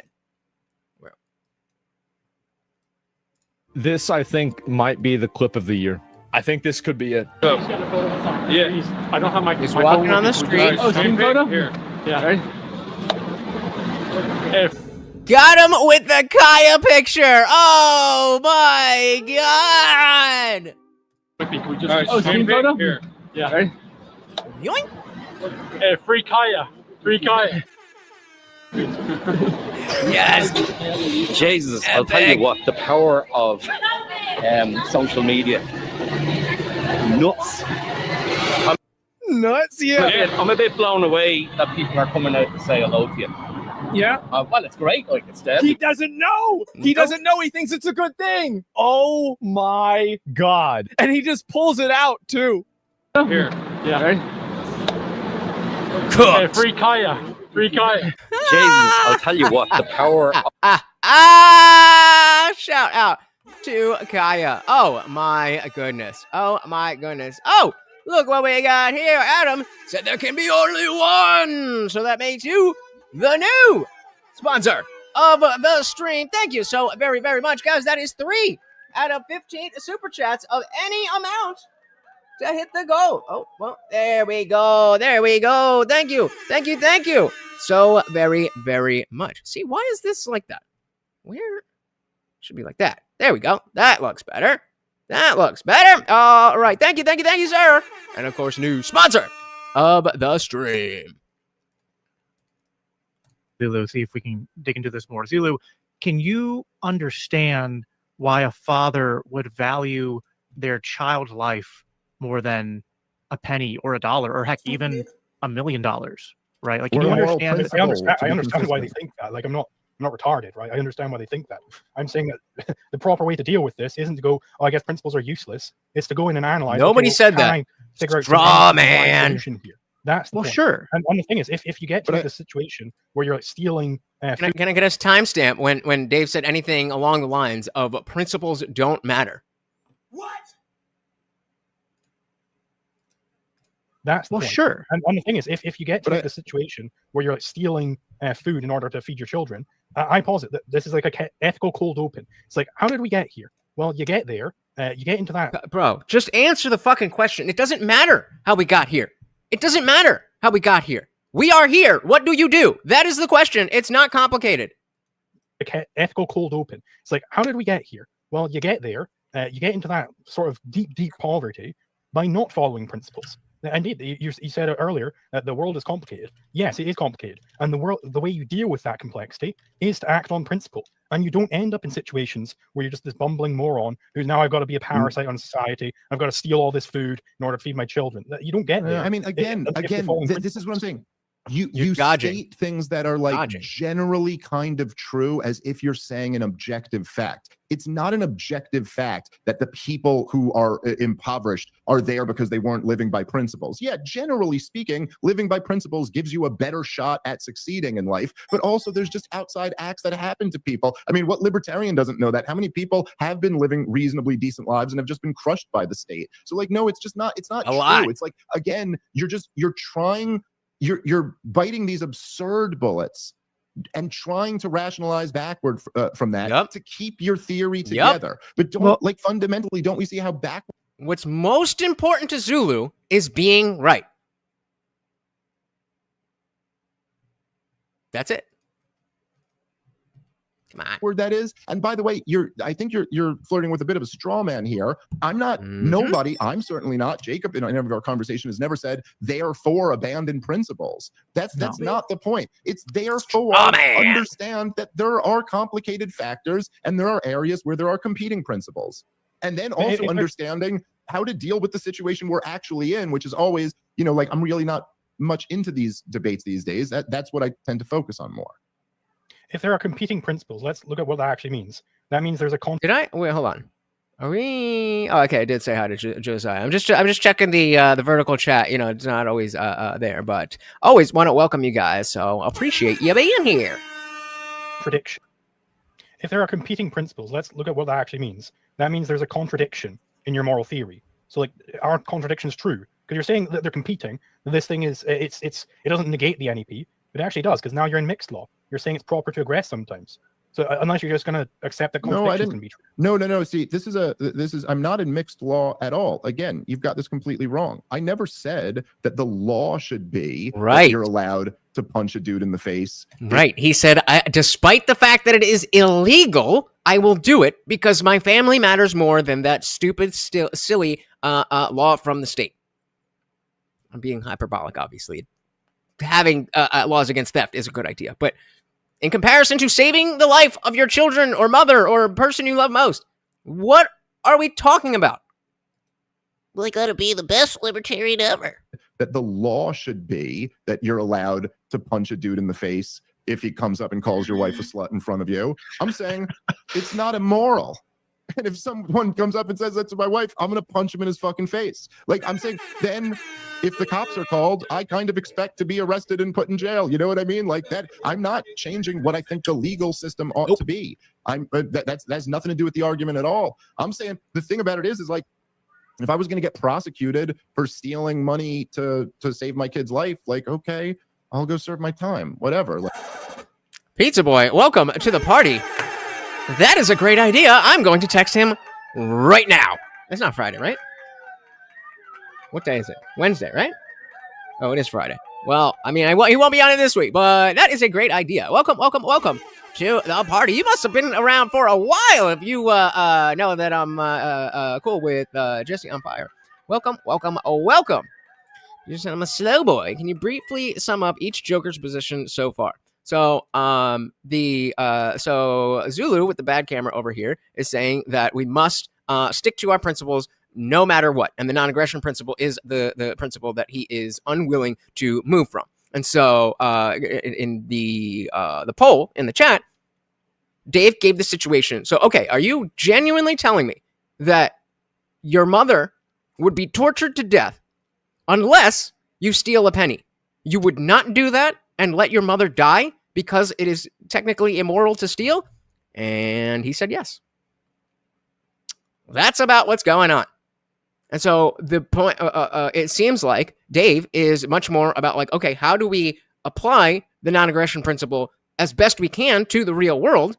Whereas Zulu is just focused on, well, I'm the best libertarian ever because I would let my mother die for libertarian principles. That's obviously got my spin on it, but that's what I'm seeing so far. Money to save my kid's life. If I was going to get prosecuted for stealing money to save my kid's life, like, okay, I'll go serve my time, whatever. Like that is the best legal order. I think libertarianism is the best legal order for reasons, which we could. Pizza Boy, is he familiar with your username? I'm about to send him the screenshot. Get into or whatever. But it's not immoral. Morality is a much bigger thing than just our legal theory. Which is all libertarianism is. What is the literal question that you think that law is answering then? Because I hold that law is a subset of ethics. I think it's answering what you should do with respect to conflicts. What do you think it is answering? If you think you can have a virtuous crime? Well, essentially, what law is answering. Well, again, I think stealing the penny to save a child's life is a virtuous crime. But what was the first part of the question? With respect to conflicts. What do you hold that law is a subset of ethics? I think it's answering what law is a subset of ethics. Yes, okay, I agree. You should do with respect to conflicts. What do you think it is answering? If you think you can have a virtuous crime? Well, essentially, what law is answering, I guess, is how force is to be regulated in a given area. I mean, the law is answering, or how force is used without consequences or something like that. But no, of course there can be crimes that could be moral. I mean, like, again, there's extenuating circumstances. This is the reason that we believe in courts and juries and judges and due process of some sorts. This is like, I don't know. Yeah, like there are situationals that you have to look at. I don't think there's anything wrong with saying that. I just think it's actually more honest. And I think that helps you win debates and persuade people more. Hold on. So if you're saying that law is just how force is used without consequences, well, then that's just purely in the realm of, okay, well, the state is able to do this without consequences. That is what the law says in this matter. I don't think this is a particularly convincing theory of law. It's called legal positivism. So to just be clear, do you endorse legal positivism then? Well, I'm just saying, like, I think objectively what the law is what, like, an opinion with a gun. It's the rule of when force will be used against you. I don't know what do you think is wrong about that? So DJ's saying the N.A.P could only work in a dystopian surveillance state reality, but it wouldn't be people adhering to a noble principle. It would be people fearing being caught violating retarded laws. I agree. And that's why it like, in terms of a life principle, that it's a good principle to have, but it should not be the foremost thing. I'll give you a similar example. I used to think that being a pacifist was the moral position, but then, unfortunately, it was Sam Harris. But in one of Sam Harris's books or podcasts, he talked about, well, are you telling me that if you saw somebody drowning and you tried to save them, and the person was like, no, this person's going to drown, you got to fight me or they're going to die, you're not going to fight? I mean, clearly Zulu wouldn't, but I think a normal person would. What? I want you to repost everything. Everything. Repost, share, do all of that shit. Again, guys, it doesn't even matter if you think anybody's going to click on the link. It just matters that you tell the platform you like this, and they will show it to more people. Force will be used against you. I don't know what do you think is wrong about that? But then, so is libertarianism not making any ethical claim? Is it just saying, well, we think that, what is libertarianism saying then? Is it saying what the law should be? Is that your view? Yeah, I think libertarianism is a legal theory. Yeah, I think that's right. And yes, obviously, like you Trump's kind of Trump's fucking up a little bit, but in general, agreed. Welcome to the party. are correct to a degree that it's like a subset of ethics. I don't disagree with you on that. We're looking essentially, I think I would say libertarianism is the only legal theory that does not institutionalize conflict. So it's the only legal theory where, like, you know, like down to basic, like if the law is self-ownership and non-aggression and private property rights, then is this based for Rogan? And it's possible for there to not be conflict. There still can be, but it's possible for there not. But if the legal theory is anything else, you're institutionalizing conflict. So I don't know if that answers your question. So then if there is this sense in which libertarianism is holding, you know, maybe legal positivism can be fine, whatever. We don't necessarily have to go down that road. But then it's saying what you should be doing. Libertarianism is indeed saying, well, this is how you should operate as far as the law is concerned. But then is libertarianism not claiming that it is indeed immoral to like punch the guy in the face because he said something rude to your wife? Well, look, again, like these things, I don't think that they're absolutes. And I think, like, again, like there's exceptions to every rule. So yes, in a sense, libertarianism is exception makes the rule. Oh, whoa. What happened? We got Douglas Murray in the chat. Oh, come on. I mean, I'm not going to get into that, but I mean, fair enough. You know, a lot of people seem to think that about Dave, but there's also a lot of other people that they say are better who have not looked so good in debates with Dave. So I'm going to stick with who's right. Like there's exceptions to every rule. So yes, in a sense, libertarianism is saying that, yes, you can't do that. That again, it's the same point that I made before. The thing is just that, like, libertarianism is saying it's immoral to steal, sure. But then there's a situation where there's just a higher moral calling that is very obvious. It is so very self-evident. It's again, it is as self-evident as saying that if you put your theory into practice, all of us would die this instant. Then you shouldn't put your theory into practice. It's right. And so this is where it's starting to look a lot like the argument that I was having with Jim Bob, where you say, no, you don't have a limiting principle and you don't have this and you don't have that. But like, I'm already here doing the thing. There are many people like me.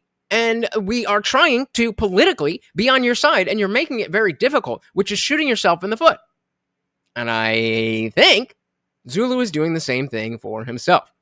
Morgas Hammer said, Dave Smith is absolutely correct about the Zionist monsters. I'll let you guys argue that out. Practice, all of us would die this instant. Then you shouldn't put your theory into practice. It's as self-evident as that.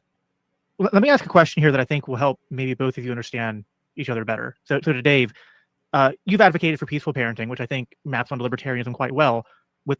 They have kind of like a shared premise that if you take initiating force against a peaceful person, and in peaceful parenting, we're talking about children, off the table, and people go, well, then how are you going to discipline your children? Or how are you going to run society?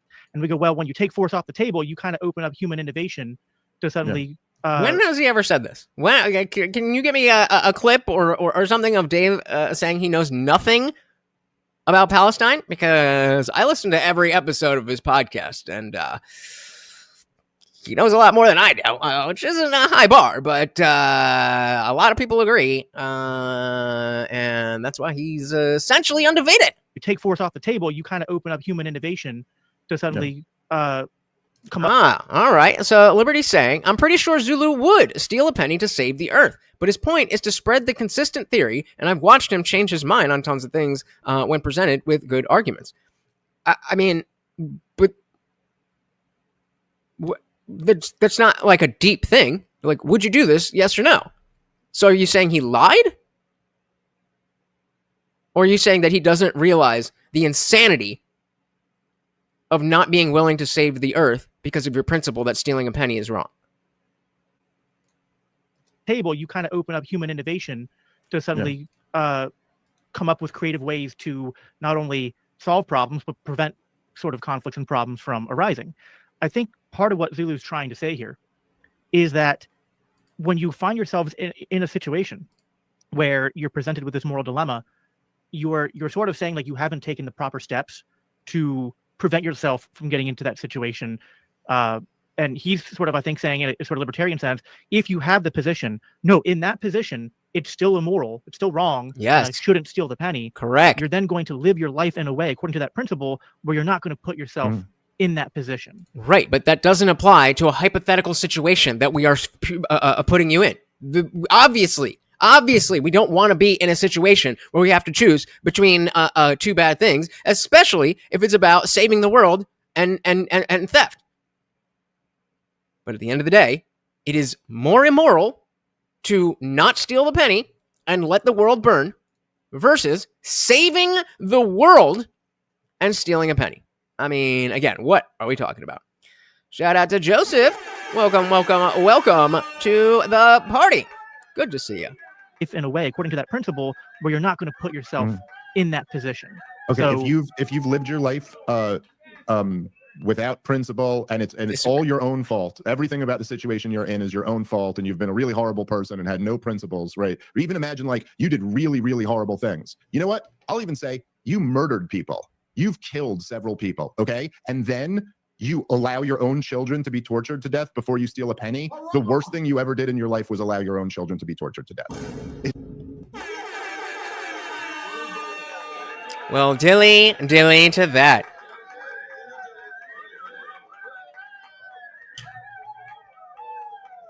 If your principle allows your own children to be tortured to death, you don't have good principles, or you're not applying them well. Equalities. Dave talks about it because he understands history and principles. That's always been my opinion. All right, Nichols. Then, Jesus fucking Christ, what is wrong with you people? It's a hypothetical. You know it. You're just trying to poke the bear. But if it's more moral to save the world, what's the objective reason? Saving the lives. The objective that human life has more value than a penny or a nickel. That's it.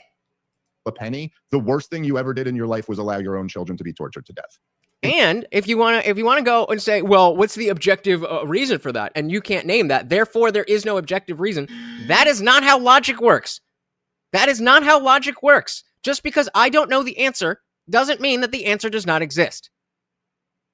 Just because I don't have an answer to articulate to you specifically does not mean that answer does not exist. Honestly, you don't print pennies, you mint them. There you go. A penny. The worst thing you ever did in your life was allow your own children to be tortured to death. It's a much graver moral crime to allow your own child to be tortured to death when you could have saved them so easily with the tiniest little infringement on the non-aggression principle or whatever. Like, it's just I don't know. It's but can you see worse risk than murdering somebody? Can you at least recognize? I think what I'm trying to get at is maybe not. My voice cracking. I'm pretty sure that's the first time it's ever happened live. Maybe it's not worth it to you. But in order for this to be the case, and then all of the people who are alive, who have agency and have opinions and preferences, it would need, they would all need to agree that we don't want this to save this world. So technically, if you go outside of the hypothetical, then sure. But within the hypothetical, no. Is that like worse than murdering somebody? Can you at least recognize? I think what I'm trying to get at is that like I think Zulu is wary about a risk in what you're saying, which I'm kind of sympathetic to. But the risk is that we're going to open up a sort of. Oh, sorry. we're going to open up a sort of. I'm trying to be a moderator here. Okay, give me a break. No. Sorry. Yeah. A risk where people are going to say, well, because I can. Well, I don't know, Adam. What if it was a very rare penny worth millions? Would you give it away to save your mother? Well, it depends on the other context of the. Yes. I don't even really like my mom like that. A risk where people are going to say, well, because I can just sort of plead for mercy and because there's these conflicts, I'm not going to take personal responsibility to sort of avoid putting myself in these situations we're describing in these reductios. So that's my understanding of his critique, which, even though I understand where you're coming from on it, I think he has a valid point. That's why I brought up the peaceful parenting thing, because it reminds me of that sort of, it's the I actually got this from Stefan Molyneux, which is that, prevention is always better than cure. And, I think we would all generally agree with that. I mean, I'm not agreeing that people ought to do everything they can to not put themselves in really bad situations. I mean, so I don't exactly get the question, but yeah, no, it's in case anybody didn't know, Dave Smith, his position is not make bad decisions. In case anybody was confused. It doesn't matter to consent, baby. It's different than the peaceful parenting thing because you're not just talking about taking options off the table. I mean, it's also true that there are really really bad people who are quite successful and really good people who are in dire, horrible situations through no fault of their own. That is also true.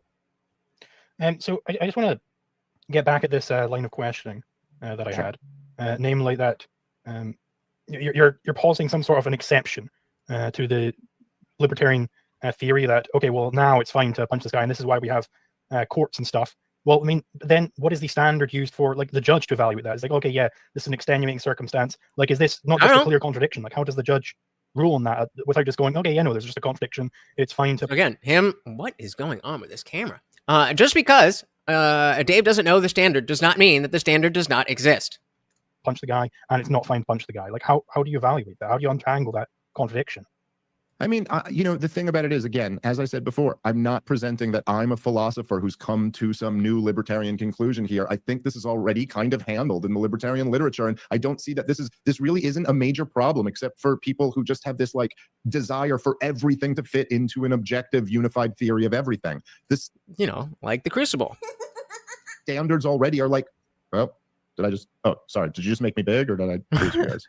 Sorry. No, I mean, like, I don't know, like, probably a lot of the standards that are even used in government courts today, as crappy as they are somewhat reasonable. You get a group of, even like, I don't know exactly how it would work in a free society. I would say a lot better, almost certainly. But like, even a jury of your peers is not like the worst system ever. You get regular people there, you explain the situation to them, and they have, I think libertarians have always supported like jury nullification when it comes to bad laws, right? So why would... Yeah, and I agree, Liberty. The whole point is to try to figure it out, though. But if we are arguing that because you don't have an objective standard that it doesn't exist, then you're not going to ever be able to figure out the thing that you're claiming doesn't exist. That's Zulu's argument. He's saying, well, you don't have the standard, and then deducing from that the standard doesn't exist. Instead of saying, well, what is it? Let's figure out what that standard is. Let's try and work that out. Doesn't do that. Oh, come on. How dare you? Liberty said, that's what ANCAPs are working toward to fix these contradictions. Fair enough.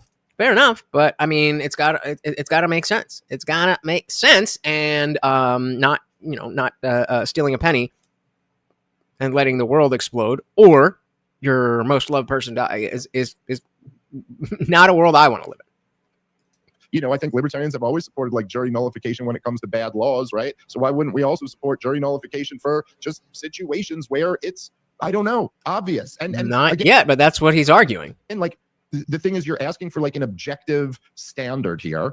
I'm the first one to say I don't have one, but even if you haven't come up with the objective standard, it can still be obvious that there needs to be some type of standard. And again, like I said before, within reason is a fine answer for these situations.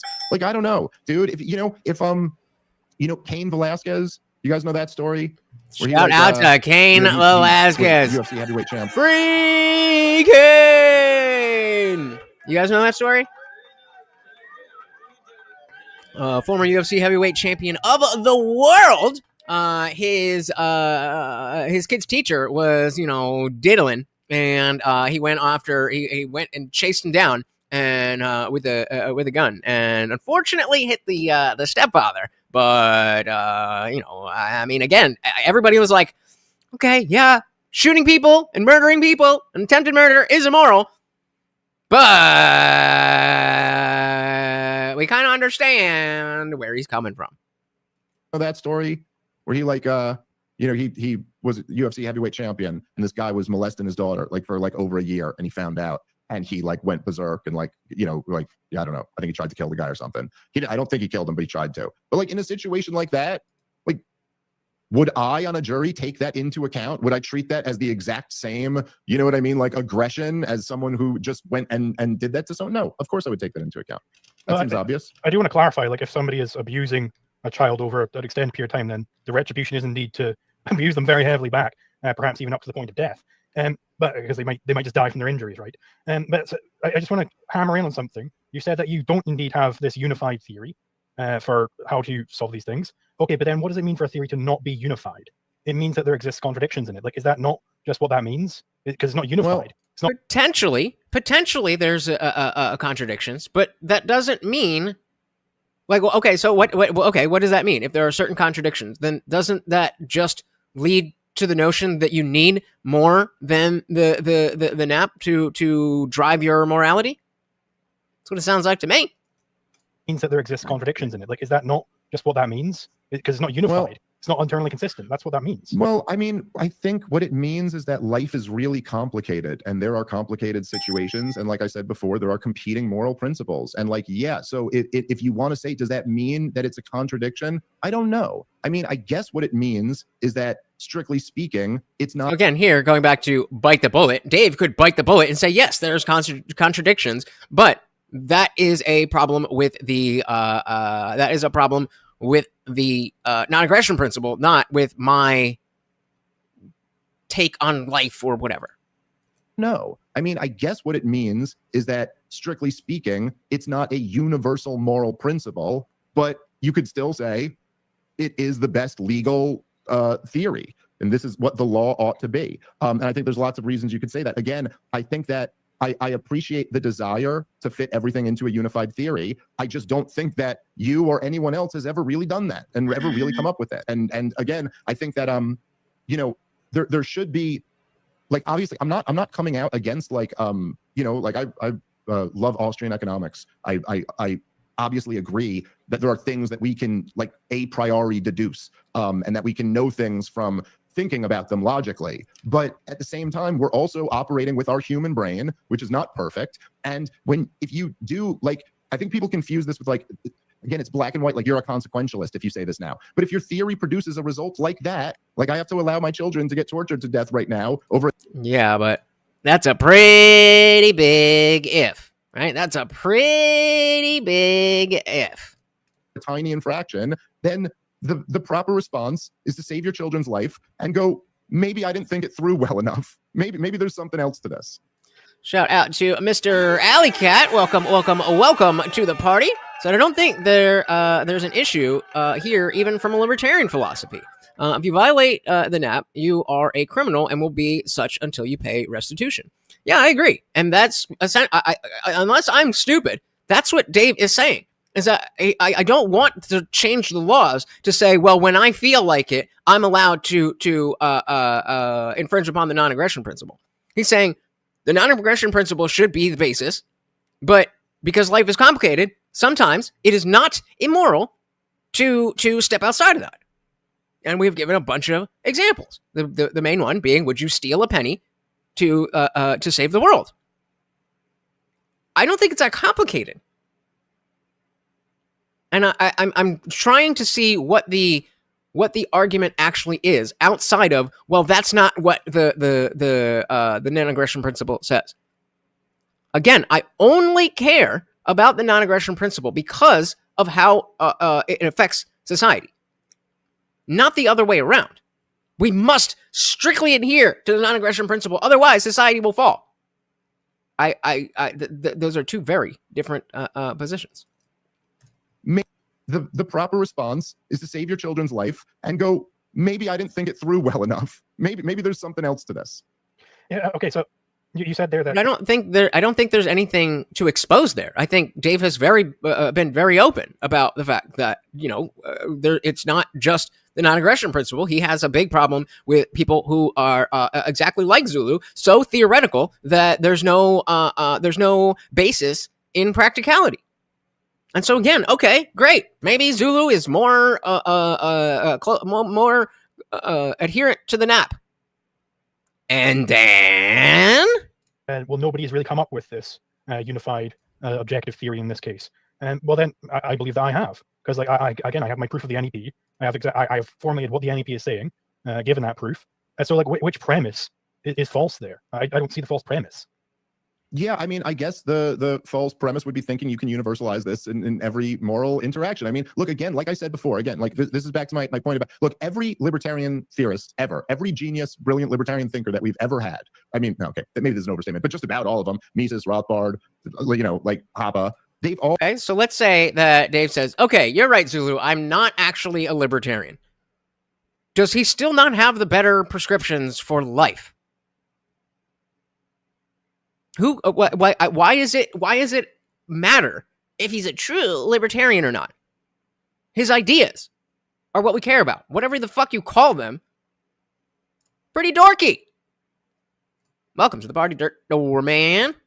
Just about all of them, Mises, Rothbard, you know, like Hoppe, they've all dealt with the consequentialist critiques of libertarianism, right? Like I'm not saying that they were consequentialists themselves, but they've all at least at some point addressed the fact that, you know, people say if libertarianism was implemented, it would all be a disaster. But let me demonstrate to you how actually it wouldn't be a disaster and it would work out really well. Now, that doesn't mean that they don't have moral principles, but it does at least imply that they recognize that you do got to deal with the argument of what are the consequences of this. Because like I said, taken to its logical conclusion, if the consequence of implementing a theory, even if you thought it was universally proved, if the consequence was we all die immediately, then obviously that's bad theory, right? Like just like the socialism on paper in practice. If it leads to all of us dying instantly, well, why is that proof that it was bad theory? Because we all die instantly to begin with.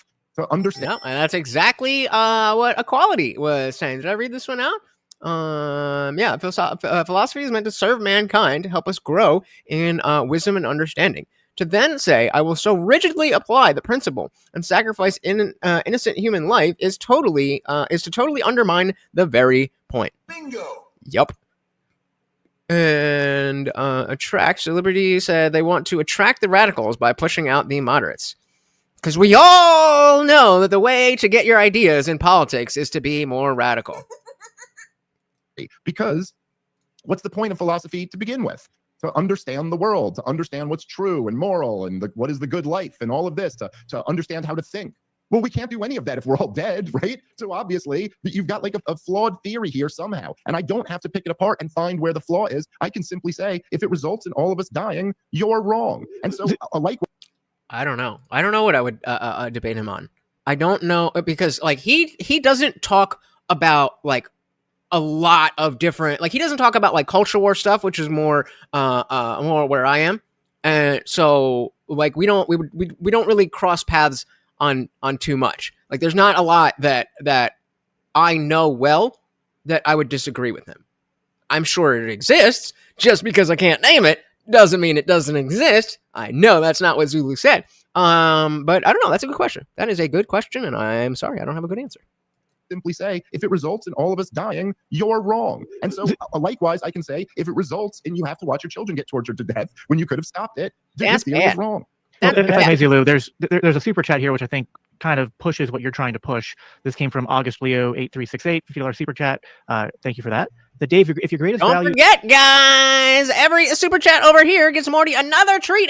And if we hit that goal, either 15 super chats of any amount or a $50 total, not only does he get a special treat, but I have to bulk up these puny little arms. Help me out, guys. I'm so puny. 8368, $50 super chat. Thank you for that. The Dave, if your greatest value is to preserve your child's life, then why is it not okay to enslave a doctor in order to ensure they are forever healthy, or to force others to protect them on pain of death? Why shouldn't we engage in might makes right? Because there's other ways to make sure your child is protected from death as best as you can without slavery? What a stupid question. Well, again, because all of these, I understand that, look, man, you can say like, hey, we have to be philosophically consistent, and I understand the desire people have. There's also things like binary thinking, what psychologists call splitting, where things are always either black or white. So this is an interesting one. Mr. Alcat said in a libertarian Discord that supported Zulu, they felt they should try the counter reducto. Would you grape, or arpe, as we just say, would you grape another child to prevent the grape of yours? Brutal indeed. But I mean, you know, and again, it's hard. I don't have children, so I don't have a level of this. But I feel like I feel like the answer is no there, because the degree of harm, to that the other child is so much that I don't know. That's tough. That's tough. Well, what do you guys think? I'll make that a poll. Colleges call splitting, where things are always either black or white, or they're all, so yes, obviously this is the point of being a libertarian. I'm not saying that any of these things should be institutionalized or any of these things should be the law of the land. We're talking about moral claims in extreme extenuating circumstances. So like, why is it not okay for me to enslave a doctor to take care of my kids all, throughout their life to keep them healthy? Well, like, I don't know. I'm not in an extenuating circumstance or anything like that, and I have very reasonable other options. But I know, you ever saw like the movie Johnny Q? Or there's the movie, it's a Denzel Washington movie. And the idea is this kid, he was a 90s cheesy drama thriller. But like the idea is this kid needs open heart surgery. I also had a kid who had open heart surgery, so I kind of have a soft spot for the movie. But he goes, they won't, his insurance cuts him off. Probably had some awful anti-capitalist message in there or something like that. But the idea is he gets a gun, he puts it to the doctor's head, and he makes him give him an open heart transplant. And in that situation, if I had kids and there was no other options, then yes. Angry Amputee said to the poll, the answer has to be yes, because you have to protect your family first, sadly. Interesting qualifier. He just said that is too brutal. Too brutal. Harm befalls the forced pedo too. You would have to allow your own to be harmed to reduce the all-around harm. But again, this isn't pure utilitarianism or consequentialism. To adhere to that, you're correct. But nobody said anything about reducing all of the harm. It has to do with the ranking of the safety of your child versus the harm of doing that to a child. I'm not surprised we're split 50-50. It is. I mean, that's a good thought experiment. That's a good thought experiment. And he puts it to the doctor's head and he makes him give him an open heart transplant right in front of him or whatever. And like, yeah, in that situation, like, no, he wasn't the bad guy in that. I don't know. Like everybody who watched the movie, every human being who watched that movie, libertarian autists, I love you, but maybe not you guys, but every other one who watched that was rooting for that guy. And so again, like to say, this is just another way of saying, yeah, Dave, but you can't universalize your extenuating circumstances, right? What do you mean now? I'm always stuttering. I don't even know what you're talking about. I'm always stuttering.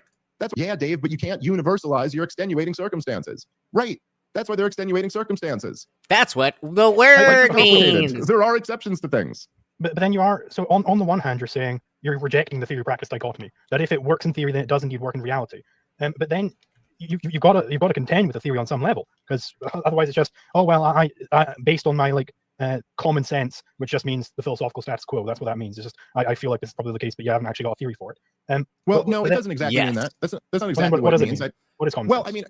I mean, it could be something that is deeply kind of written into the souls of all human beings. It doesn't have to just be what the status quo is. And in fact, maybe to some degree, the status quo is influenced by the nature of human beings. If we're talking about the example of allowing your kids to be tortured to death, I don't think that that's something that's just like some top-down status quo or something like that. But I get your point. I completely agree with Dave there. DJ said, fair enough. If I were forced to do that, I can imagine being traumatized. I would hope so. Not. You know what I mean? I would hope that level of degeneracy would you wouldn't be fine with that. So if I were forced to do that, I can imagine being traumatized, rendering a basket case of a father. The other option is to be of sound mind and heart and better effective in trying to heal my own. It's really tough. I don't know. We're 60-40. We are 60-40. We got 11 people in here. Only 5 people hit the poll. Come on.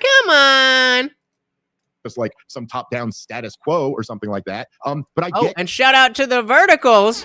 5 people watching, 8 likes. Oh my goodness. And the landscapers, 11 watching and 12 likes. Thank you so very, very much, guys. That stuff really does help.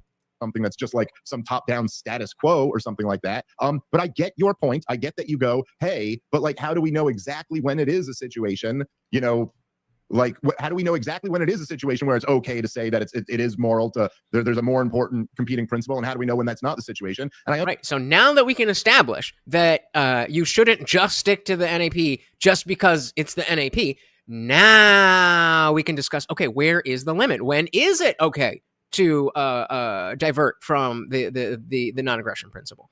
We have to establish that that exception does exist before we can find what it is. World, there's a more important competing principle, and how do we know when that's not the situation? And I understand you have a frustration that, like, hey, it just kind of sounds like it's at your whims or whatever, but like in the same sense that, like, let's say in a libertarian society, issues like the age of the driver's license, let's say, or something like that, right? Like how old? Oh, I thought the moderator, what is that? Eyewear? I thought the moderator had one of those Coke bullets. I don't know why I thought that, but I thought, even though that's not even how it works, but that's what I thought. The libertarian society, issues like the age of the driver's license, let's say, or something like that, right? Like how old should you be when you're allowed to drive a car? And what is the argument? What is your theory for how that works? What is your theory for what age that? How can you prove from objective reality, with the starting premise that reality is objective? How do you prove whether you should have to be 17 or 18 before you drive a car? And the answer is like, well, hold on a second. Let me just say, you cannot actually have a theory or an You can't, bro. You can't answer to that and still go, well, obviously a 7-year-old can't drive a car, and obviously a 35-year-old has to be allowed to drive a car. So, in the same sense, maybe I don't have the perfect standard for it, but I can sure as hell tell you that there's a situation where you steal a penny to save your kid's life. Yep. Again, just because I don't know the answer doesn't mean the answer doesn't exist. This philosophy broness that I see a lot in him, and I see a lot in Crucible people. It's just like you've done very well at understanding argumentation itself and the content itself to be able to have these heady conversations. But like, who are you helping? What are you actually accomplishing except being right? Yeah, so I reject that. I think that you actually can answer this with the theory. This is based on the theory of guardianship within libertarianism. So the answer is, it's not a universal age. It depends on the person. Namely, is that person a child in this respect? Are they able to communicate their will in this respect? Are they able to understand what exactly is occurring here? And that's going to be answered on the individual level. So someone with like severe Down syndrome, well, they might take a lot longer to get there than someone who doesn't have such learning disabilities. But that's the answer. That is the objective answer. But that's not a theory of anything. That's just saying it's different for different people. Like, yeah, of course. But then at the same time, you have to come up with some type of.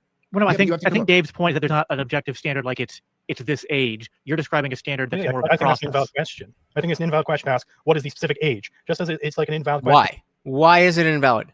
Of which races should be purchase firearms? I think that's an invalid question. I didn't really ask the question. I just said that you kind of have to pick some type of law based on that, and there's no objective answer deduced from pure first principles. That's all. Even your answer there, it's really not, though. I mean, it's just too vague and nothingness. Like, well, I don't know, dude. Like, it's on an individual level, you could tell when the person's ready. Okay, but like that's not a rule that a property owner can enforce on a road or something like that. And so they're going to have to come up with some type of rule for, right? I mean, isn't that in anarcho-capitalist societies, the property owner would be deciding what the rules on the road are?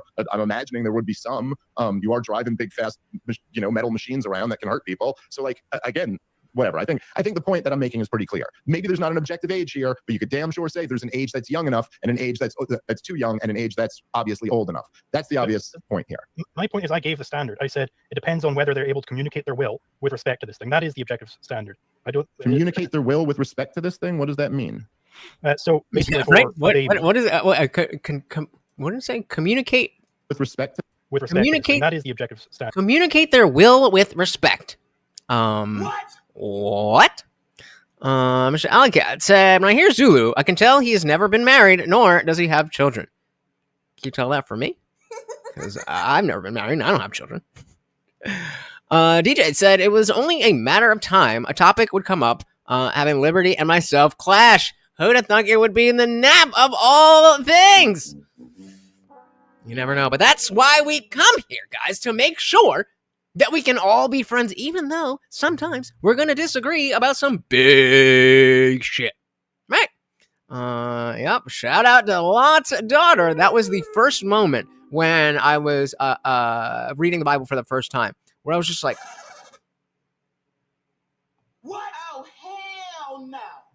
What? And I mean, yeah, I guess it got better from there, but that was a hard start. Said it depends on whether they're able to communicate their will with respect to this thing. That is the objective standard. I hate that he talks way faster than Dave, so I keep trying to like communicate their will with respect to this thing. What does that mean? So basically, for a baby, they have some sort of will, but we have no way of knowing that will. That's why it's all right if your baby's about to crawl off a window to just pull them back, because they have some will. We don't know what that will is. They can't communicate the will. They can't say, "Listen, Father, I would like to kill myself right now by jumping out that window." We can't know that. And by the way, the same standard. I saw this clip. I saw this part. Yep, Zulu's response is lacking as he gets as much wiggle room as Dave's response had.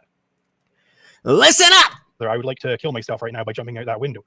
We can't know that. And by the way, the same standard applies to the man who's passed out in the snow. He might want to die in that snow, but we have no way of knowing that because he's passed out. And that's why it's fine for a paramedic to come along, take guardianship over him, and move him into a hospital to, fix him up. Yeah, that's what type of standard is that, man? I got a 4-year-old. He lets me know all the time that it is his will to do something that I'm not going to let him do, and I still use force over him. Literally earlier today, he stood up in the bathtub and started jumping, and I grabbed him, and he said, "Let go of me," and I said, "No, I cannot let." Let's not forget that we have an entire society of people who want to be the opposite sex, or a sex that doesn't exist, but they communicated their will effectively. I want to be a girl. Oh, well, then I guess, according to Zulu, then you're a girl. And started jumping, and I grabbed him, and he said, "Let go of me," and I said, "No, I cannot let go of you right now." He was very clear on what his will was. That's a nice story if you don't have kids, man, but when you got them, you got a real incomplete theory on your hands there. DJ said, pretext to the non-aggression principle and many other libertarian ideas is a fundamental misunderstanding or disagreement on the human condition. Say more on this, please. I'm asserting that this isn't actually communicating his will. He's just kind of speaking. He doesn't understand what is going on. Again, this is what you guys always do. You claim you have this perfect unified theory, but then it just becomes a circular nothingness. Oh, so now, right, that's not real selfishness. That's not really his will. Let me tell you something. I know my son a lot better than you do. It was his will that I let go of him. It absolutely was. He would have, if I had let go of him, he would have gladly continued jumping until he fell over and cracked his head. He's a wild little boy. It was absolutely his will. This is just, again, your standard fell apart, and so you retreat to, that's not real capitalism. That's not real socialism. It's not real socialism. I agree, Liberty. That is an ideal to work towards, which is why it is not why it can't be the bedrock, or not the bedrock, the paramount. It can't be the tip, because we can never get there. And so it may be good to go as close to an ANCAP society as we can. But that entails that we can't get there. We absolutely should all be idealists. We should all have a utopia in mind of what if I was, a galactic president superstar and I could do anything, then I would want the world to work like this. We should all have that in our heads. But that is a different thing than saying this is how people, not just a person, this is how people in general should act. Those are very, very different things. So I completely agree that the non-aggression principle, anarcho-capitalism, is a great ideal to work towards. You need someone working out those ideals and grounding them. This is what Zulu has been doing for years. Dave has given up. Well, maybe. Because it's for a good reason, and he realized that it's just an ideal to work towards and not an eventuality that can ever be real. You just said humans are incentive-driven, terrified of appearing stupid, tribal, overly self-interested. Non-aggression principle is a higher ideal, not compatible with human basic nature.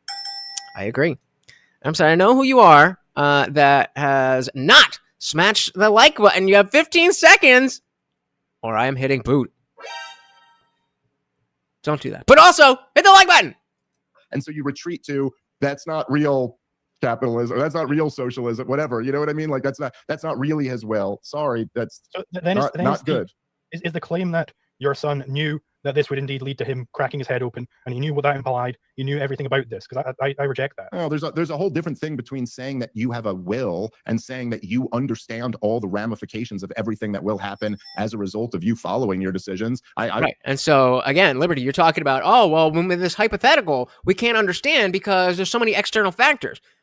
But then when we actually start talking about real life, then we don't ever have a way that you can understand the standard that Zulu is setting. Well, okay, your child wanted to do the thing, but your child didn't understand that doing the thing could cause harm or be misaligned with what they actually want, i.e., not cracking their head open. But then your standard must be that for anybody to do anything, they must know all of the ramifications of what that choice is. And that's not how life works. That's not how humans work. Sounds good on paper. Ramifications of everything that will happen as a result of you following your decisions. I'm not sure that any of the three of us understand every ramification that might follow, but what you laid out was their will, and he clearly has one. I don't know. And I'm saying to properly actually be communicating your will on some subject, you have to actually understand what that decision entails. What does that decision mean? It's not just enough. By your standards, Zulu, then we can't. That can never happen. You can't understand, but you would have to know how not only your own life is going to play out, but how everyone else who is, within 6 degrees of separation of you, how it will affect them. That don't make no sense. That don't make no sense. Understand what that decision entails. What does that decision mean? It's not just enough. But again, this is. Did you know, Zulu, that taking this debate would play out as it was? So was it not your will to do this debate? Stupid. Decision entails. What does that decision mean? It's not just enough. But again, it's like how you objectivists defend selfishness. It's like, this means nothing if you just change the definition to not. So like, I prove an exception to your thing, and then you go, no, that doesn't count because that's not really selfishness. That's not really his will. Okay. It's the Sam Harris 2.0 argument. It's not exactly saying, well, if things were different, then I would be right. But it kind of is. Kids have wills. They absolutely have wills. Yeah, they don't have all the same information that. Okay. Well, I mean, what do you mean by that? I'm not saying they should have like control. Obviously, I'm arguing that I should be able to hold, but your standard for driving was that they have a will. I don't know. What does that mean? You said a baby doesn't have a will. The reason you can pull the kid did. He said communicate that will. The child said, let go of me. I want to continue jumping in the bathtub. What is not communicated about that? What does that mean? You said a baby doesn't have a will. The reason you can pull but you said the ability to communicate that. Okay, but then I used your standard on my little boy in the bathtub. He had the ability to communicate that. So that standard fails. He doesn't actually understand what that decision means. It effectively. So then why just say the ability? So don't say the ability to communicate that. So is the standard? Because he's not like. So for instance, let's say I got hit in the head really bad, and I just there's these diseases you can get in your brain where you just start saying words. And it's not actually communicating any intention to do anything. So he knows you guys are being cheap tonight, so he's like, fuck it. If it just so happened I got hit in the head such a way where it's like, I want to walk off this cliff right now, but you can see my eyes are going all buggy. Like you can see that I just got hit in the head. Like I'm not actually saying those words. I'm effectively just babbling. But the child was not. Okay, I'm stepping. I did see this part. But guys, we are at 50-50.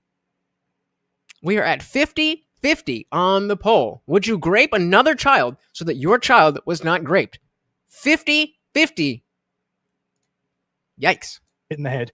Like, I'm not actually saying those words. I'm effectively just babbling.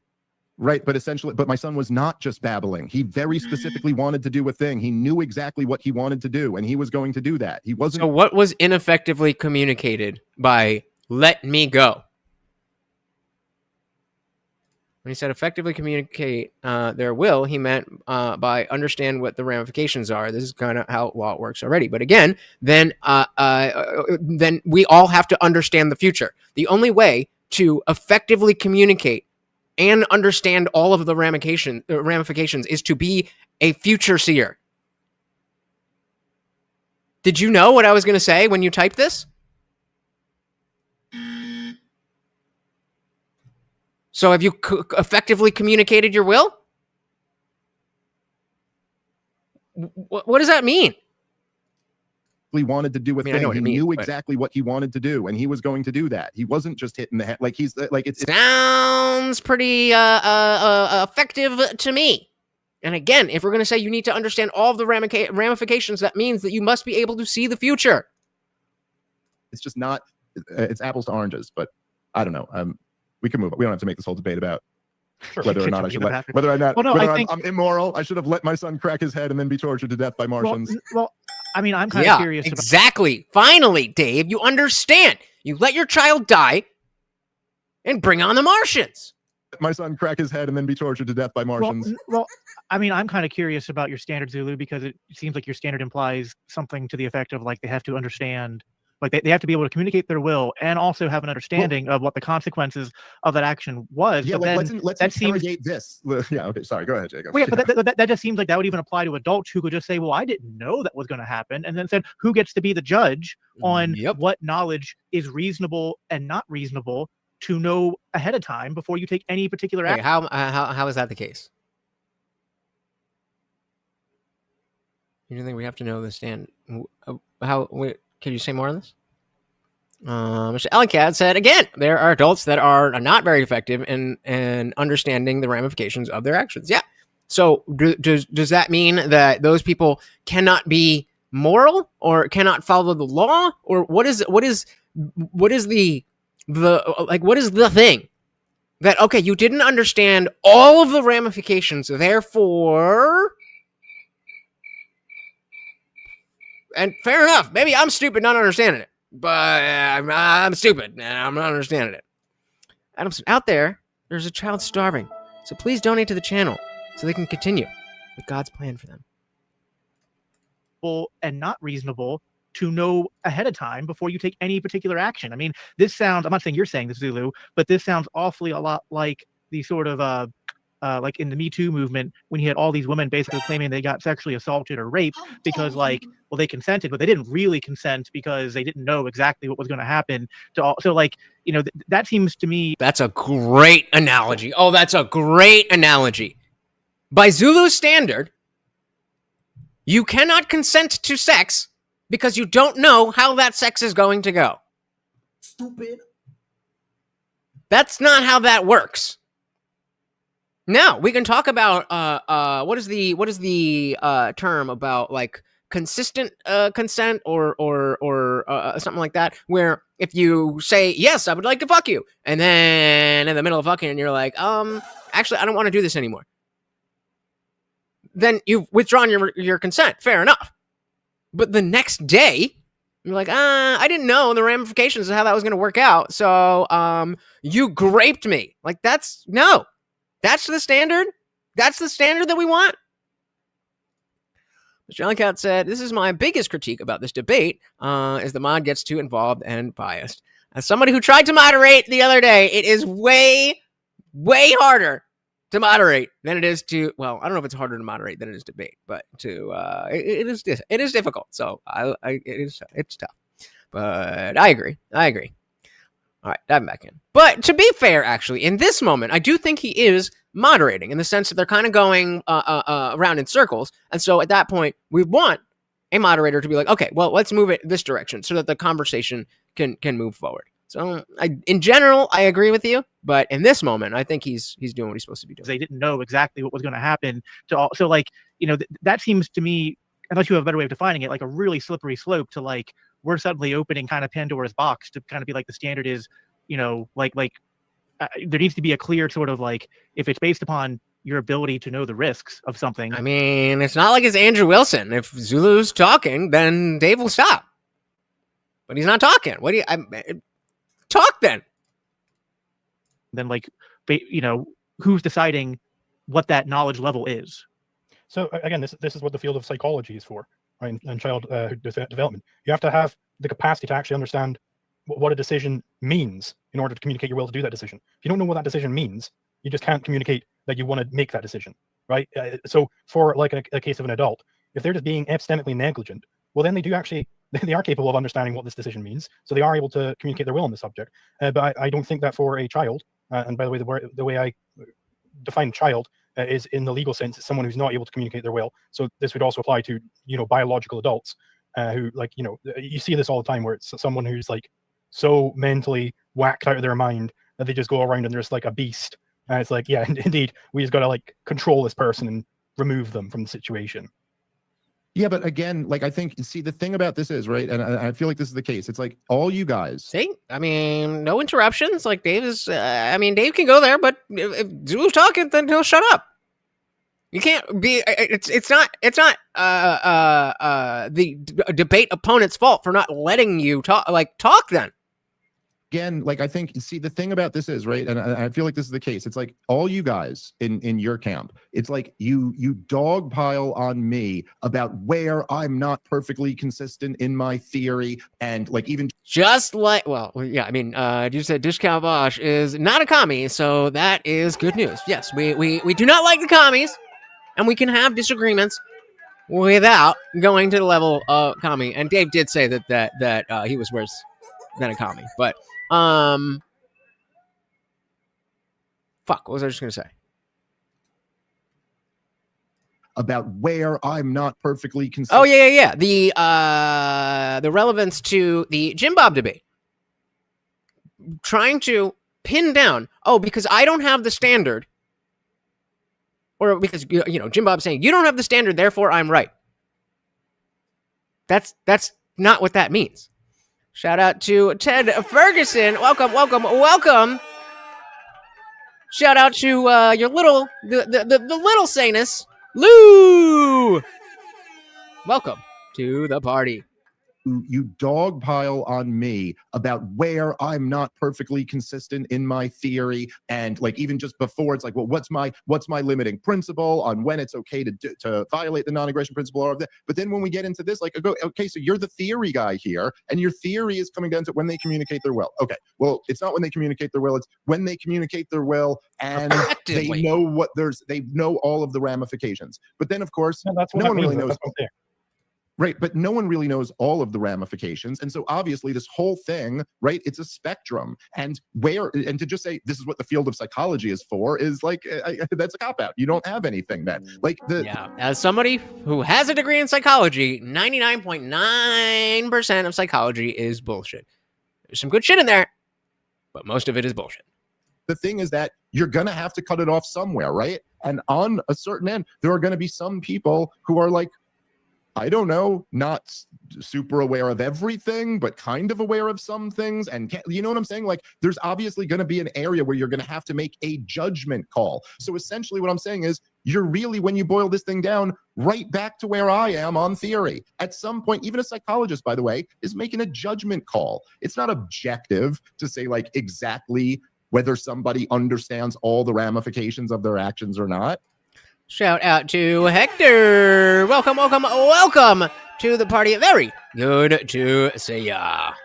BS. I agree. A lot of leftist-esque in the way that a leftist would be overly intellectualizing something that is rather simple. Mr.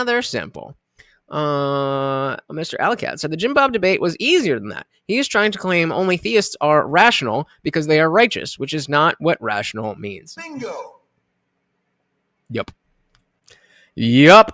Liberty said if you are capable of knowing the ramifications is what he should have said. I don't know why he just lets Dave talk and talk. Dave hypnotized him. Yup. The DSM has gone left. It's been left. Yep. Whether somebody understands all the ramifications of their actions or not. Does any 17-year-old understand the ramifications of all their actions? The judge, and again, does any 40-year-old know all the ramifications of their actions? No.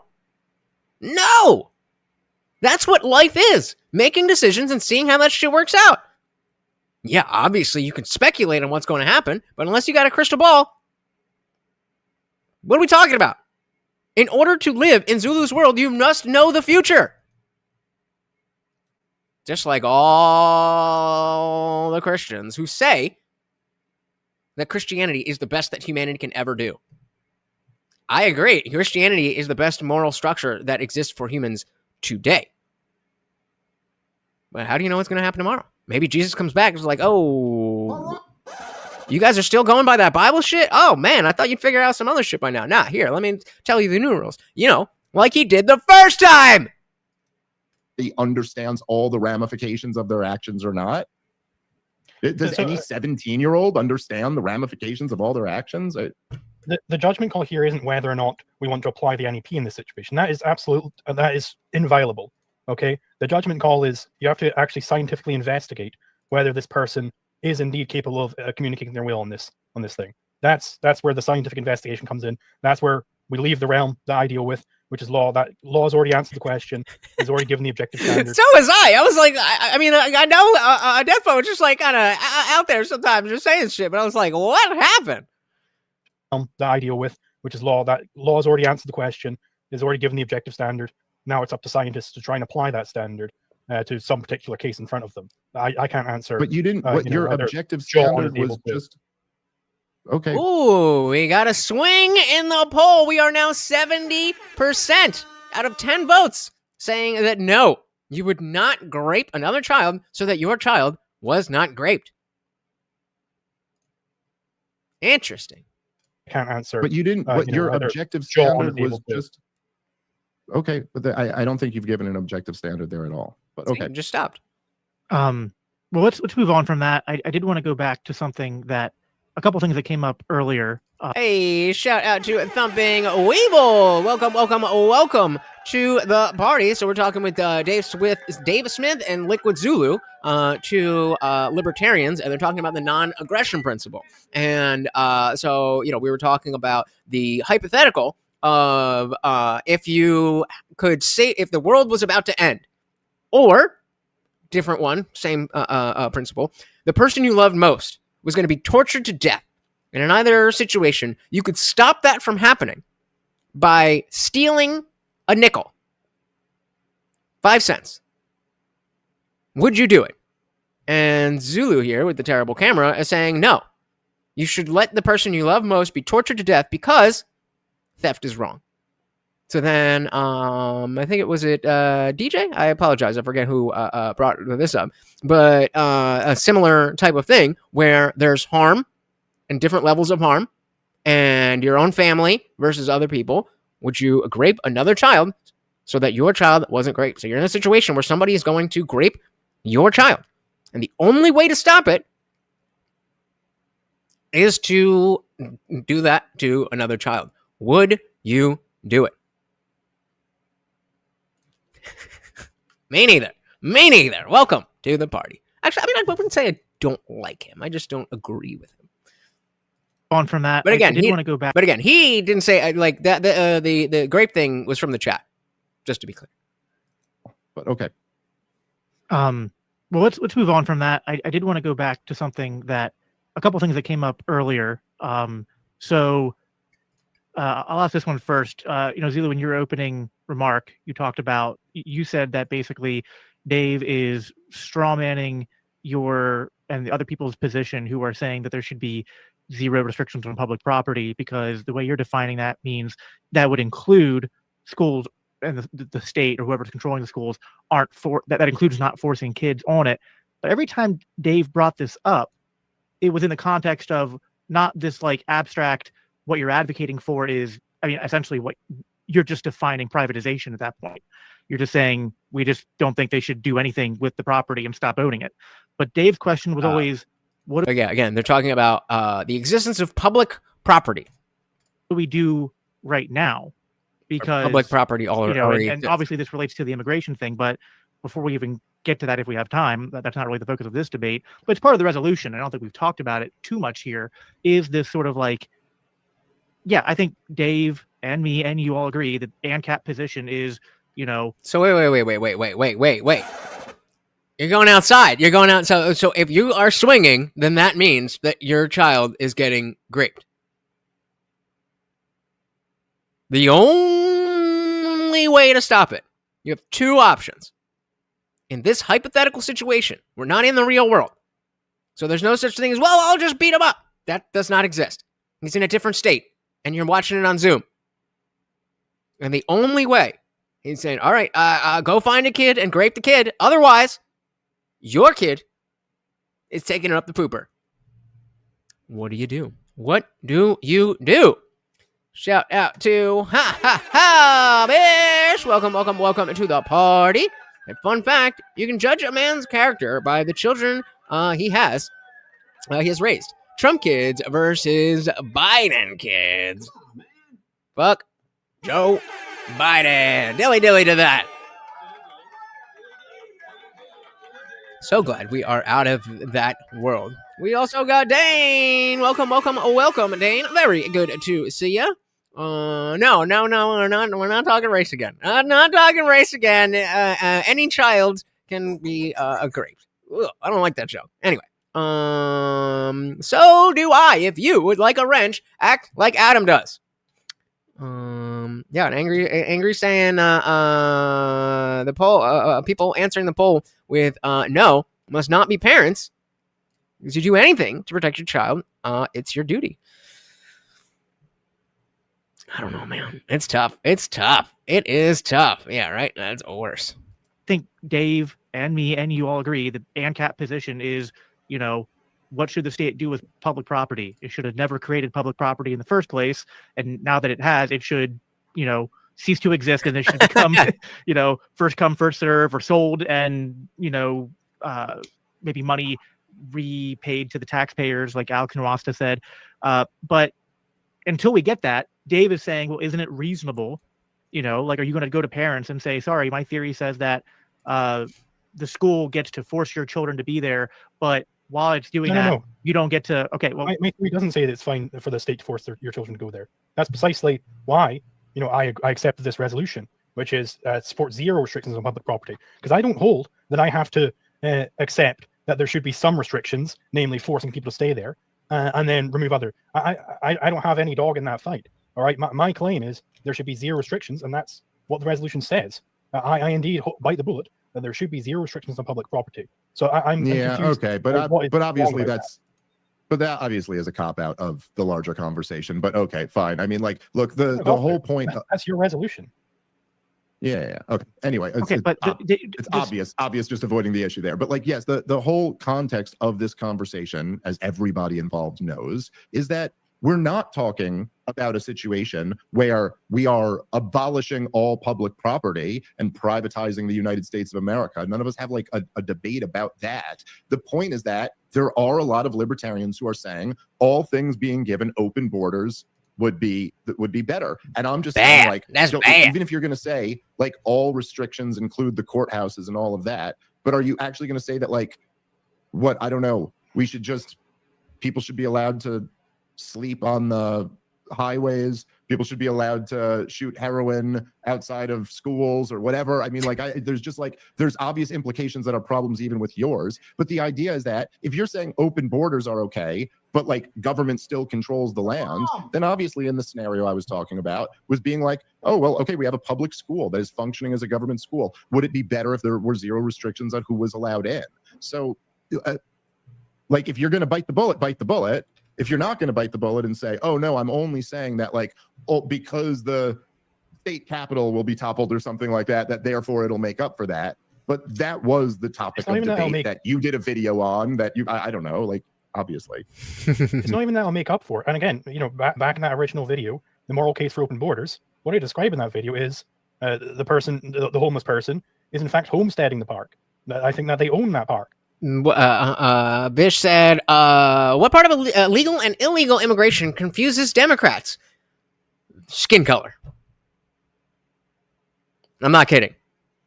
It's skin color.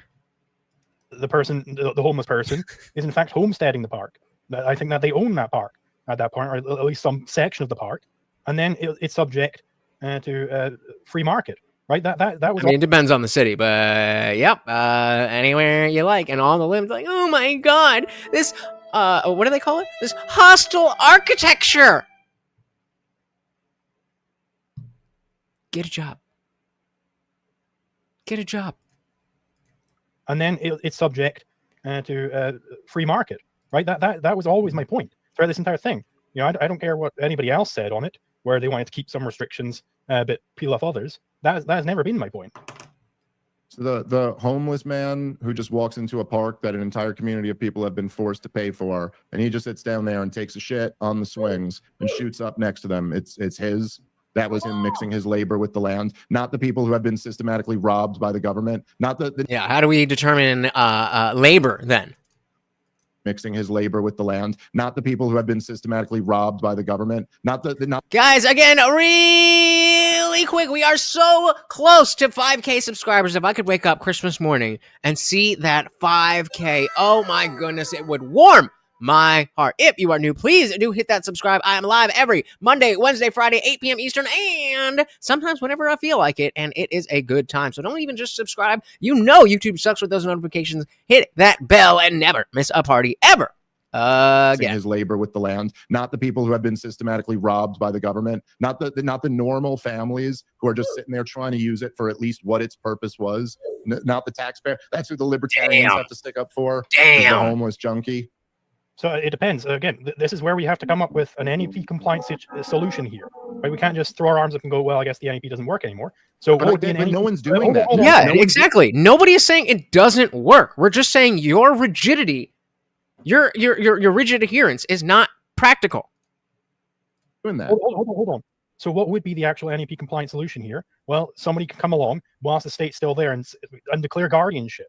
They can publicly say, hey, I'm declaring guardianship over this given public possession, and I'm going to try and maintain it. And when the state goes away, I'm gonna step in and I'm gonna homestead it, and I'm gonna make sure that it's gonna be used for restitution or whatever. That would be a good way to be unalive. That is one possibility, dude. Shout out to Mike. Welcome with a brilliant quote from our former president.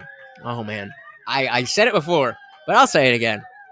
How glad are we that we don't live in that country anymore? The Biden's America. Yuck. Or, as Box would say, icky. Welcome to the party. That is one possibility, dude. That is one possibility. The other is like a cop could go beat it. Right. Get out of here. Right. Yeah. So it sounds like a good way to get unalive. Mine seems slightly more realistic and slightly more like within the realm of what could actually happen maybe tomorrow, and not just like a multi-general, like effort that we believe is theoretically sound in our heads. Like I just, I don't know. This stuff just gets into goofy territory, man. And like there just is. This really is where there's just a difference between living in theory in your head and living in reality. And like all the wokies do. Going like, we could, yes, but there's another solution that has this one added benefit of might actually fucking possibly happen. That could happen right now under the current paradigm. Fix or it didn't happen. And if you want to say, well, hey, you're not being pure to your principle in 100% of situations, no matter how ridiculous it is. I mean, honestly, dude, it's just like, yeah, but you'd let your mom get tortured in front of you. So like, yes. So exactly. What is the argument that you're trying to morally grandstand as you would let your mother die so that you could be the most libertarian that ever libertarian? Like, what is this? This is such a childish interpretation of life in general. I mean, honestly, dude, it's just like, yeah, but you'd let your mom get tortured in front of you. So like, yes, that's true. In that situation, I'm fine with the cop telling the guy to leave. Don't let old men into public schools. That's actually the correct answer. Fix or it didn't happen. As of right now. Okay, again, so the cop telling the guy to leave and not, homestead this property, not get in there. Well, that's equivalent to someone, a border agent, sitting on the border and saying, no, you're not allowed in here, right? But if you're going to take the reduction against me, it would include that the cop shouldn't tell the guy to go away. The cop shouldn't do that. It should be again, that's what I've always. I'm sorry. Can you just restate that? I don't think I followed you on that. So you're saying the more likely scenario, in a situation where someone's a guardian, they're trying to declare themselves as the guardian of this public park or whatever, and they're saying, hey, I'm going to try and homestead this thing when I'm able to. Okay, but then you're saying, well, the more likely thing there is the cop just tells this guy to piss off. Okay, well, that's actually equivalent to someone sitting on the border and saying, no, you're not allowed in here, Jose, or whatever. Okay, but then if you're taking the reduction against me, which is the open border stance, I'm also claiming that the cop shouldn't tell this guy to go away. He should allow this guardian to come in and homestead this park and, sell it off to somebody else and try and, get this back into the market here. That's what I'm claiming, and that's what I've always claimed. Well, Zulu, but you do realize that there's kind of a barrier. Like, yeah, I think we're all open to like, what can we do either now or in the future to start privatizing public property? But I think so they can see into the future. All right. Well, I apologize to Zulu. I mean, if you've seen the future, then goddamn. Dave's point is always like the difference is just that we're living in real life, not in theory. I mean, well, like, that's so honestly the difference. let me Is that you're coming up with a solution that is completely far-fetched and unrealistic, cannot possibly happen in real life because you want it to be consistent with your theory. I understand that that's what drives you to the point that you will take the most. What about that Guardian doing? What about the Guardian doing that? Is impossible. Because obviously we live in anarcho-tyranny, and the police force would not look. The reality of the situation we live in, whether libertarians like it or not, okay, is that the state can crush any of us.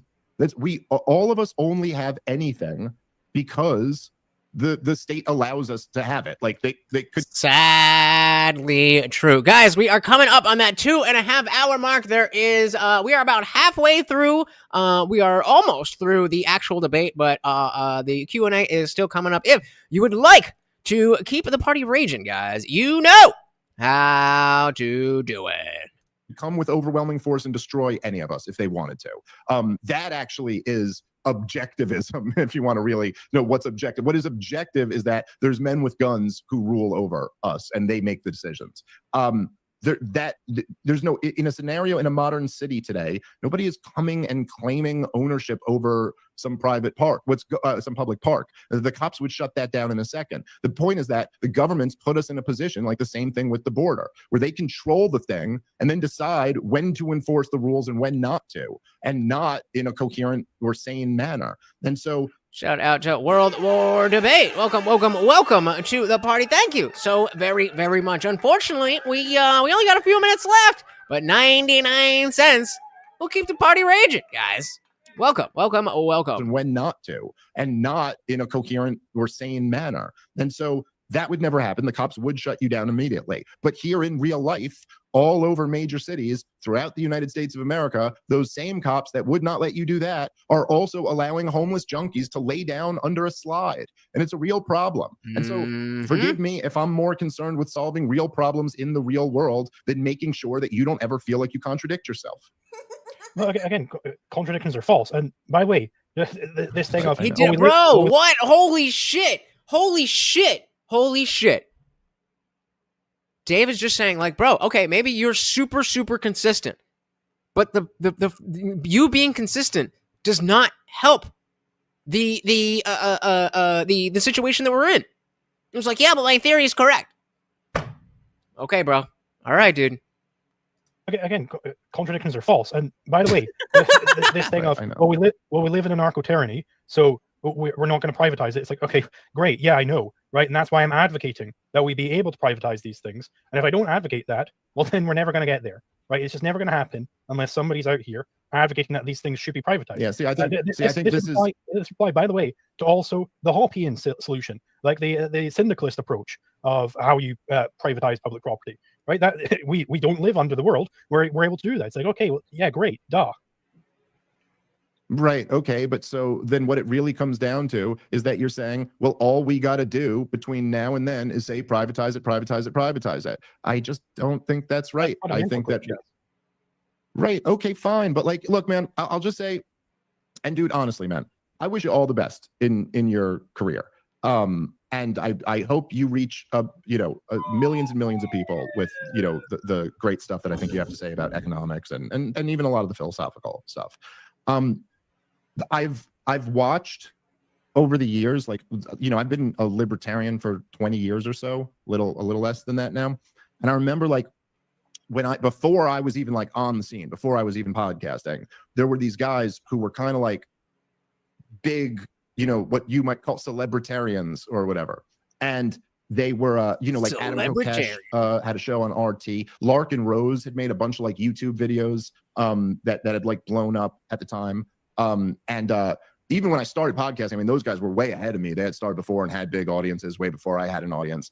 And I watched those guys just I'm not saying this to like take a shot at either of them. I got nothing against either of them, but like I just watched them like fade into irrelevance, like just not move the needle at all. Like just, you know, it's like that, and then go and just like lose debates really badly.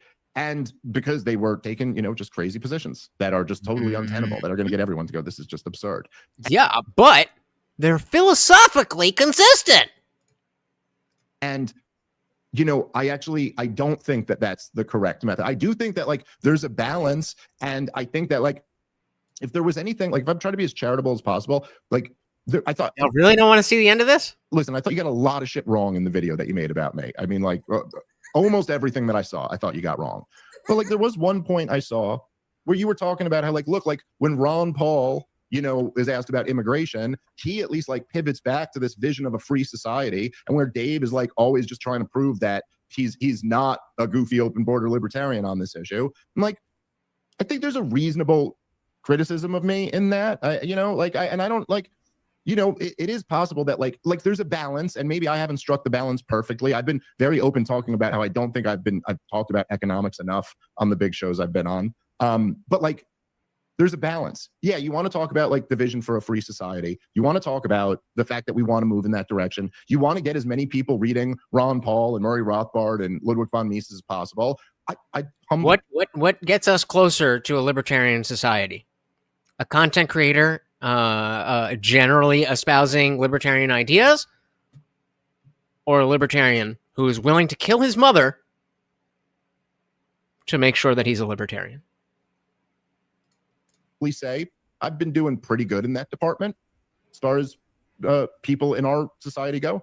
But I also think that you're just going to be much more relevant, taken much more seriously, and move the needle much more in our actual huge opportunity that we have in the culture right now.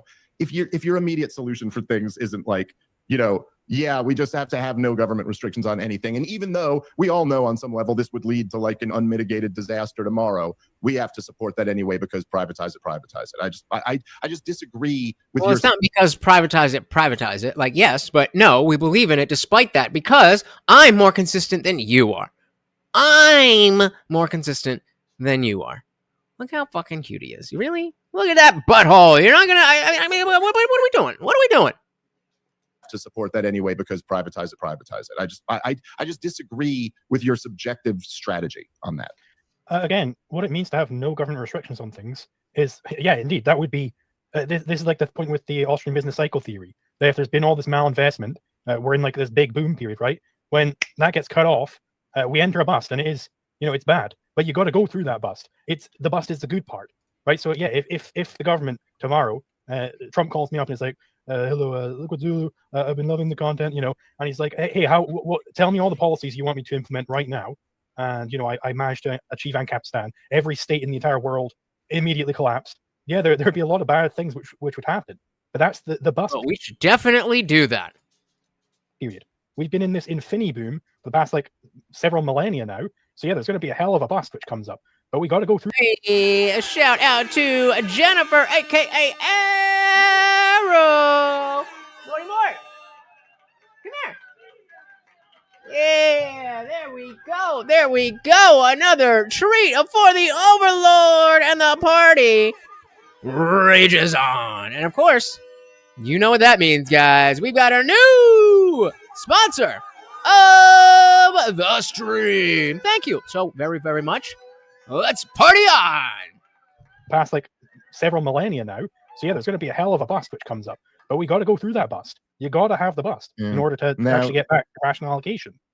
Again, it's stated as if it's an objective claim, but no, a business cycle and an entire society are different things. And allowing homeless junkies into elementary school is not cleansing malinvestment from an economy. Those are just very different things. And in fact, what is the allowing a homeless junkie into a girl's bathroom is actually just completely an unnecessary step in a transition from here to Ancapistan. It's not the necessary correction after a bunch of malinvestment. In fact, you could just have an orderly solution. Like, I mean, I don't know. There's a million different scenarios, and we're not going to Ancapistan tomorrow. And like, frankly, these debates just like really are not the thing that interests me. But I don't know. There's just never been a serious, reasonable libertarian who ever had that proposal as how we unwind the state. You private. And exactly. So when you when you guys are saying, well, he's not a true libertarian, like, good. True libertarians are not moving the needle. Maybe in 20, 50, 100 years, we'll look back and say, wow, Zulu was just ahead of his time. Okay. I'm willing to bite that bullet.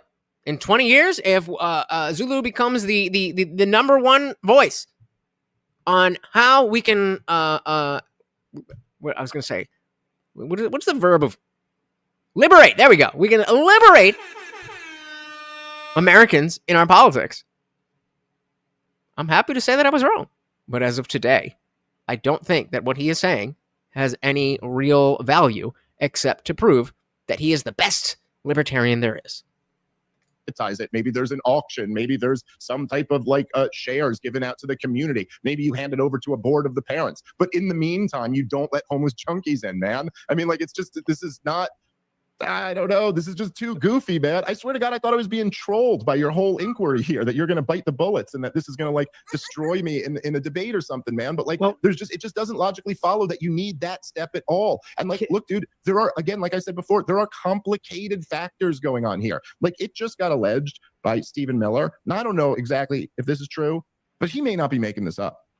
But he said that they've found like all the documents and that the Biden administration specifically requested for millions of migrants to be brought into the country, which again, like, really doesn't seem that far-fetched. We already know there's a lot of UN money, a lot of NGO money was going into that shit. So like, okay, yeah, in perfect libertarian theory, like, the government's not supposed to do nothing to no one and we're supposed to have private property, but we don't. This is the other thing. Like, when we, he brought up the notion of, well, socialism sounds good on paper, but we all agree with that. So why is it so out of pocket to think that there are other ideologies that maybe we agree with a little bit more that still fall to that? I don't get it. Have any of that. We have this situation right now. Is it so obvious to a libertarian that like it's once that happens, right? Let's just say that story's true. Either way, the story's basically true. A government intentionally brings millions of people into a country. They pay for it with the money they stole from the domestic population or destroying their currency or whatever. They bring in a foreign population that would not have otherwise been here. Nope. Okay? Now they are in because of state action. Is it such an obvious conclusion that from the libertarian perspective, it's better off to leave them here than remove them back to where they were? I actually think this falls into the range of like, life's more complicated than that. And actually, like, there are these conflicting times where like one act, nothing else following after that, does more of a thing than one act and then an act that undid that last thing. And so in the same sense, the government owning a public street and deciding that homeless junkies are allowed to shoot up on the street is like a different thing. Like, then there's just as reasonable a case that we know they wouldn't do this privately. We should support this not being the status quo. Yeah, but so he did say a few things there. I just want to quickly say what I would say. I was going to say, all right, Jacob, like, Dave just went on a roll. You can't be talking right now. I'll give it back to Zulu. Those things. So as far as like, a homeless junkie who's like erratic and this guy's like a crazy person or whatever, having him around children is absolutely proper. To grab this guy and throw him out of society, that's fine. I'm perfectly fine with that.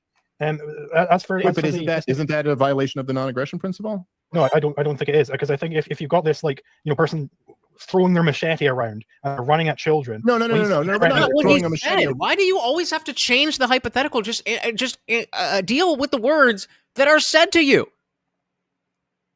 You're changing the situation to make yourself be right because you don't want to answer the hypothetical that was presented to you. I wonder why. And see, this is a little bit more shady than someone being like, All right. I mean, in that example, it does really seem like your side is better, but it's not because of X, Y, Z. Or, fuck, you got me, I'm wrong. But he's not doing that. All throughout this debate, he's been sidestepping, dancing around. Throwing their machete around, and they're running at children. No. We're not throwing a machete around. Just make it a homeless junkie who's got feces all over him and is like clearly on drugs and just a clearly. Yeah, he's Indian. Ha ha ha ha ha ha ha. Junkie who's got feces all over him and is like clearly on drugs and just a clearly unstable looking person. Is it okay to grab him and throw him out? Yeah, what it means to say this person is unstable is that he is a risk to my children. He is threatening my children. So no. Hold on. Well, no. Because let's be real precise here with this. I'm sorry. I'm just going to push you on this now. So no, a risk and threatening are not the same thing. Yep. Like a threat is something like I'm going to hurt your child. Yeah, a threat is active. And I'm glad we're all on the same page that open borders is not a libertarian solution. But the what did you just say? Fuck, I forget it. Like threat. Oh yeah. Threats. A threat versus a risk. A threat is more the way that I would use the word is a much more active thing. Somebody is threatening me, or the existence of a more attractive person calling themselves the Indian Jesus doing political commentary. That's a threat to my to my brand. But a risk is not necessarily something that will happen. Hence, it being a risk and not an inevitability. If you go skydiving, it is a risk that your parachute won't open and you die. But there's no threat in that situation.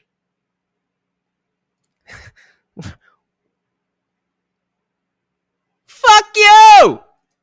Now, so no, a risk and threatening are not the same thing. Like a threat is something like I'm going to hurt your child. A risk is like I just looked at this guy, eyed him up. I'm working on probability now. He might not do anything. He hasn't threatened anybody, but so how is it not an act of aggression to grab that guy and throw him out just because I thought it was likely going to lead to aggression? Yeah, so the way I'm envisioning this scenario is that you've got this sort of maniac of a person, right? We've all seen the videos of like, these people on like public transport or whatever, and then suddenly they just start stabbing someone, right? That's why we don't want them around children, is because we think they're a threat, right? That's right, but you're the one saying that we shouldn't do anything about the public property that already exists where that is happening.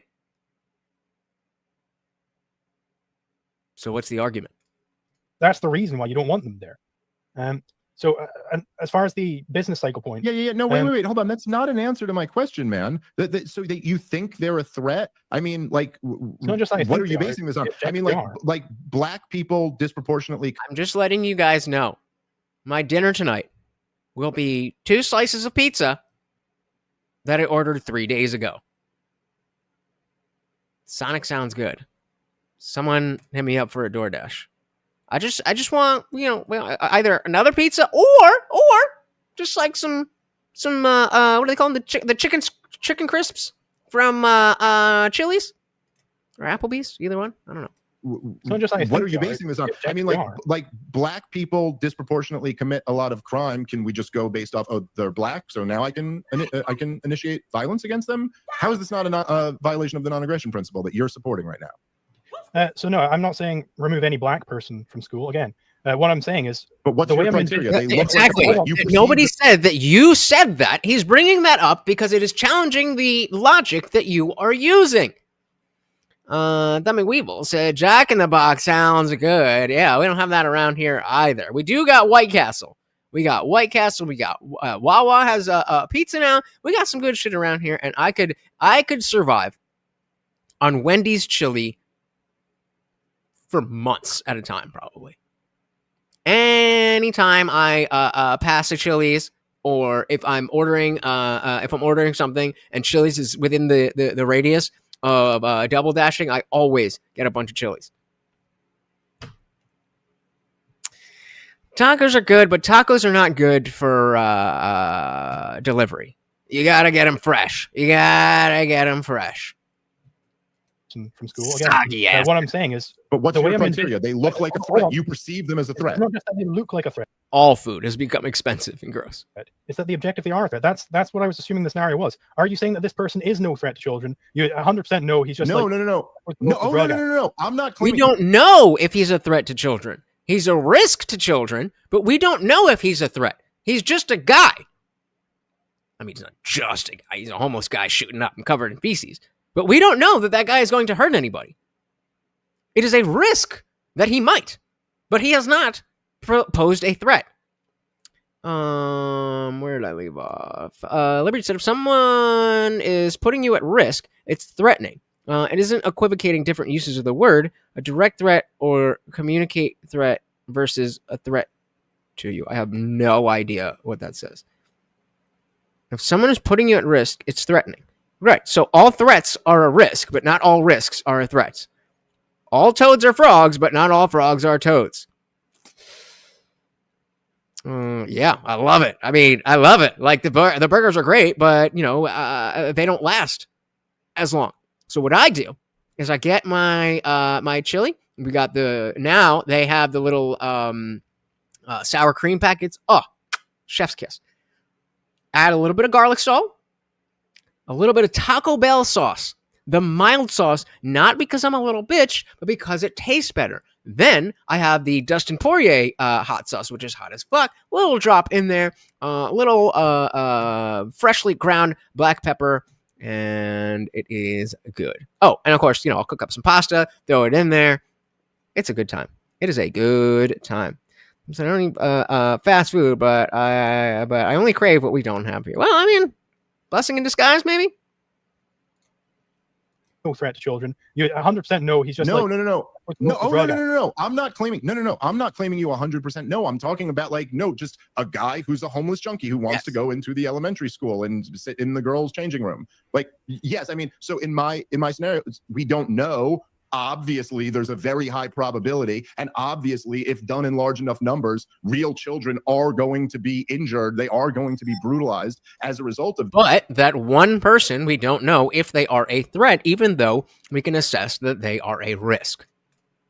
We know that in large numbers. We don't know in the individual case. This isn't a standard for saying you can initiate force. From libertarian. Yeah, I feel like that guy might be threatening, so arrest him. What? Very libertarian of you. Theory. So again, the way we look at these scenarios, right? What do you think of when you think homeless junkie entering a girl's restroom? Well, you're thinking that you're not American. I'm going to read this differently if you're American versus if you're not. Of when you think homeless junkie entering a girl's restroom, well, you're thinking that guy's trying to hurt children. That's at least but you're thinking that isn't. But you're thinking that isn't the libertarian standard. I could be thinking you're a threat to me right now. What type of objective standard? What objectively is the case when someone is breaking into? Yeah, but you don't know. No, you don't know if it's objectively the case. You guys. That's the difference between the risk and the threat. The risk means the threat may be possible. The threat is a risk to you. But just because there's risk doesn't mean there's a threat. And especially if we're talking about some type of authority, whether it's a private guardian or the state, physically manhandling someone based on you look risky. Sounds kind of authoritarian and very statist to me. Yeah, but you don't know. No, you don't know if it's objectively the case. You guys you can't just pretend everything's objective. I described the scenario very clearly. It's a homeless. I mean, tell that to the Crucible. You can't just pretend everything's objective. I described the scenario very clearly. It's a homeless guy, looks erratic, clearly doesn't belong in a bathroom with children, but you don't objectively know that he's a threat. He might not be. There sure seems to be a high probability that he is, though. That's what it means for someone to be erratic, right? That's what erratic means. Sure. Yes. The risk is that this person may potentially be erratic. How does that change the threat versus risk level. Angry said every time you drive a car, there's a risk, but no threat. Or maybe there is. Every time you drive, there's a risk, but only when someone is tailgating you or yelling at you, and then there's a threat. But the risk is that you can get in an accident. Risk, but not necessarily a threat. And there could be a threat that is very risky. If somebody jumps out of their car and starts yelling at you, they are both a risk and a threat. But the fact that you may get in an accident is not a threat. It is merely a risk. Big risk, but not a threat. For someone to be erratic, right? That's what erratic means. Okay. Again, I described it very clearly. So I don't understand how you're not abandoning the non-aggression principle here. You can just decide that he's a threat and then remove him. I don't know, dude. Like, where do we start? You're willing to bite the bullet to let your own mom get tortured to death, dude. Just let the homeless guy into the kid's bathroom. I mean, what's worse than that? Shout out to Hank. Hey, welcome to the party. Have there been new episodes? I don't remember if I'm caught up on the new season. But welcome. Instead of John Wick own a 7-Eleven. There you go. Thank you. Come again. Please subscribe. Let me get to 5K before Christmas, please. Thank you. Tortured to death, dude. Just let the homeless guy into the kid's bathroom. Yeah, right. What's worse than that? Mom, you gotta die. Mom. But the homeless junkie can do whatever he wants. That sounds like a bad mentality. What do I know? But that seems like conflicting, no?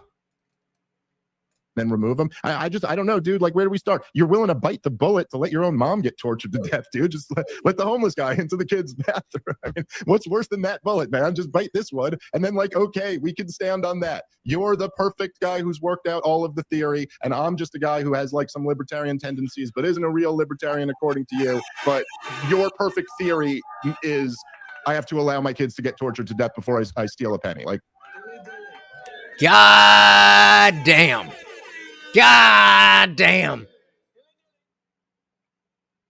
Dave Smith, undefeated.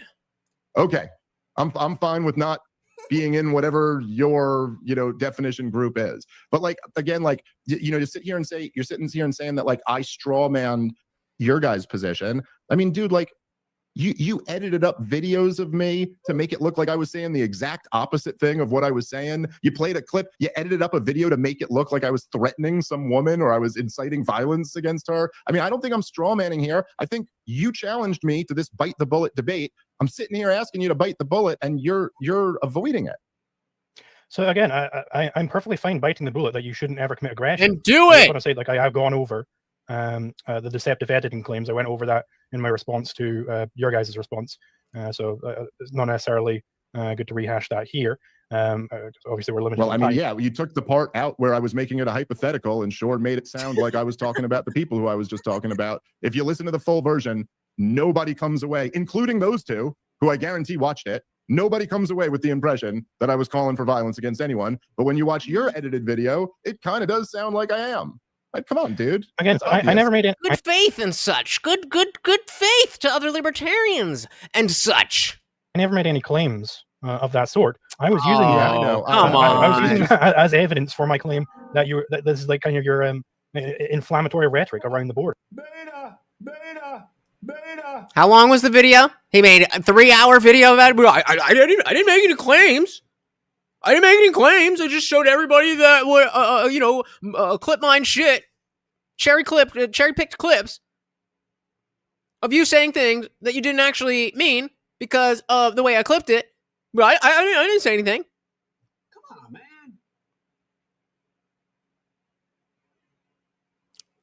Respect lost. Evidence for my claim that this is kind of your inflammatory rhetoric around the border. That was what I said in the video. Right? I said that and then you just sat there. Right. Yeah, I understand. You didn't directly say it. You just let everybody else say it and then went, I didn't edit the video. I don't know what you're talking about. Yeah. Okay. So no response. Doing that? So wait, what? So So, like, in what way wasn't they doing that? In the way where you took out the part where it made it clearly a hypothetical, where I'm just talking about, I mean, look, for anybody who doesn't know, essentially what I said was, oh, I call these guys as bad as a commie or a Nazi. And like, yeah, I mean that. They are as bad as a commie or a Nazi. I've been telling you, hit me up. I don't know what you're waiting for.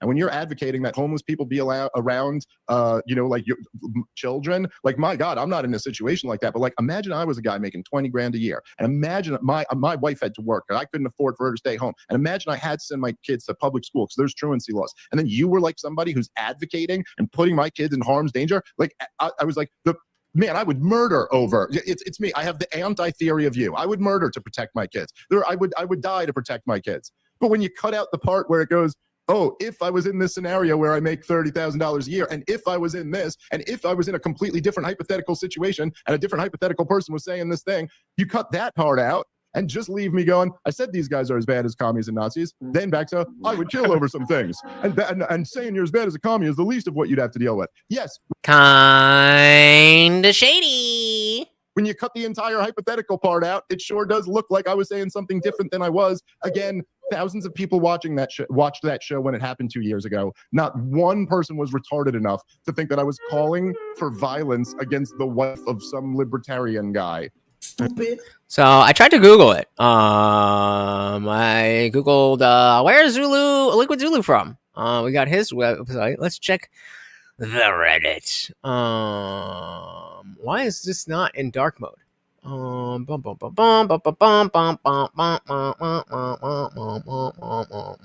see anything. I don't know, but if anybody knows, let me know. Where is Zulu from? Is that what we're doing? Thank you, Angry, if that is the point.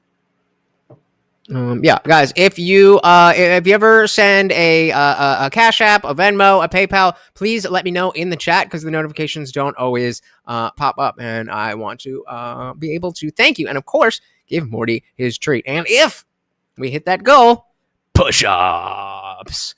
Adam said for today only, Morty will not die if 5 people donate in the next 30 minutes. 99 cents will count.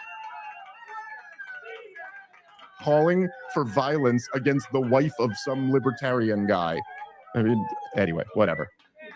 Yeah, I think we should move off of that point for now. That's been talked about enough. I want to move to the audience. I'm in my foot. I have my foot warmer, so I don't have individual use of my feet. Super chats and questions in a minute, but I did have a couple things I wanted to pose to both of you. So, Zulu. Okay, so they're gonna have a couple. Yeah, so he's from Liberty said Scotland, I think, on Liquid Zulu. So here is what we are gonna do. We are 8 minutes from the 3-hour mark, so we will see as much of this Q&A as we can, unless you guys keep the party raging. You are saying that you, and I know because I've talked to you, that obviously you don't want the state, importing millions of people. That's obviously also not, that's just the way you don't want the public school to, we all want privatization. We've been over that. Do you not see that there is, I guess it's kind of a question goes both ways, but do you not see that there is a big difference between like your hypothetical and the one that Dave was originally asking, which was just getting at, like, while we're still waiting for privatization to be feasible in the here and now, get enough people on board where we can actually do it, there's nothing that is like a anti-libertarian, inconsistent libertarian take to be like, saying you're okay with the state keeping, the kids that the state has kidnapped. Well, they should not do that. They should not force kids to go there. But it would be a double aggression to be like, and now we have these kids here, and we're going to allow these other dangerous people to be coming in as well. So that was Dave's entire point. And I feel like that was the premise of, like, when Dave's saying, should we support restrictions on public property? It's not the, like, is that it's not even like a libertarian position. It's more like just like, I know you don't like the word pragmatically. Practically speaking, right now, what should be libertarian? Like, I feel like you're always doing this thing where you're and I get it, you're a natural law theorist, you focus on the theory, but people are going to ask reasonable questions of like, especially if you're saying, well, I don't know, hopefully this makes sense. Like I feel like you never land the fucking plane. What are you talking about? The here and now, and like, what do we do in the interim, right? Like similarly, like I don't think you would say if someone said, hey, we want to abolish taxation, but right now the best I can do is, cut it by 50%. Like you wouldn't be some like weird absolutist saying like, no, it's all or nothing. I mean, are you sure? Because he's willing to kill his mom. So I don't see him being like, okay, 50% tax is okay. And if he does, then he is the inconsistent one. Percent. Like you wouldn't be some like weird absolutist saying like, no, it's all or nothing. So anyway, what do you have to say to that? So as far as evaluating policy proposals, I accept Mises and Pavkovich's regression theorem. Nikola Pavkovich, he presented this on Fabian Liberty's stream. So basically the idea is you look at which way the arrow is pointing with any given policy. You go, okay, well, this policy, is it built on the premise that government can solve problems? So we all agree there are many problems out there, right? There are many specific scarcities which impede the acquisition of your values. And the question is this policy built on the premise that government can solve these problems? Now, I'm saying with the bordertarian point, they're pointing to all these problems with immigration. Bordertarian?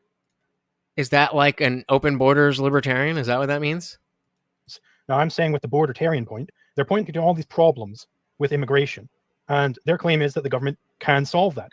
Now, if you take that principle seriously, well, that same principle can be used to justify any further interventions into the economy, right? And so to say that the government can do a thing means the government can do anything. What? Nope. Specifically, we know that those interventions, that any given intervention into the economy will indeed generate more problems, right? That's everybody knows that. And so then those further problems that are created by this first intervention, well, you can just as easily justify intervening to stop that. So the correct way to evaluate a given policy, as far as libertarians are concerned, is if the policy isn't built on the premise that government can solve problems, if it's in fact built on the premise that government can't solve problems, then it's a justified policy. So if the 50% tax cut was built on the premise that, well, we want the government to make the maximum revenue, and we'll end on the side quest of this. Insane. Tax cut was built on the premise that, well, we want the government to make the maximum revenue, and we believe in the Laffer curve or whatever. That would be a bad policy by libertarian standards.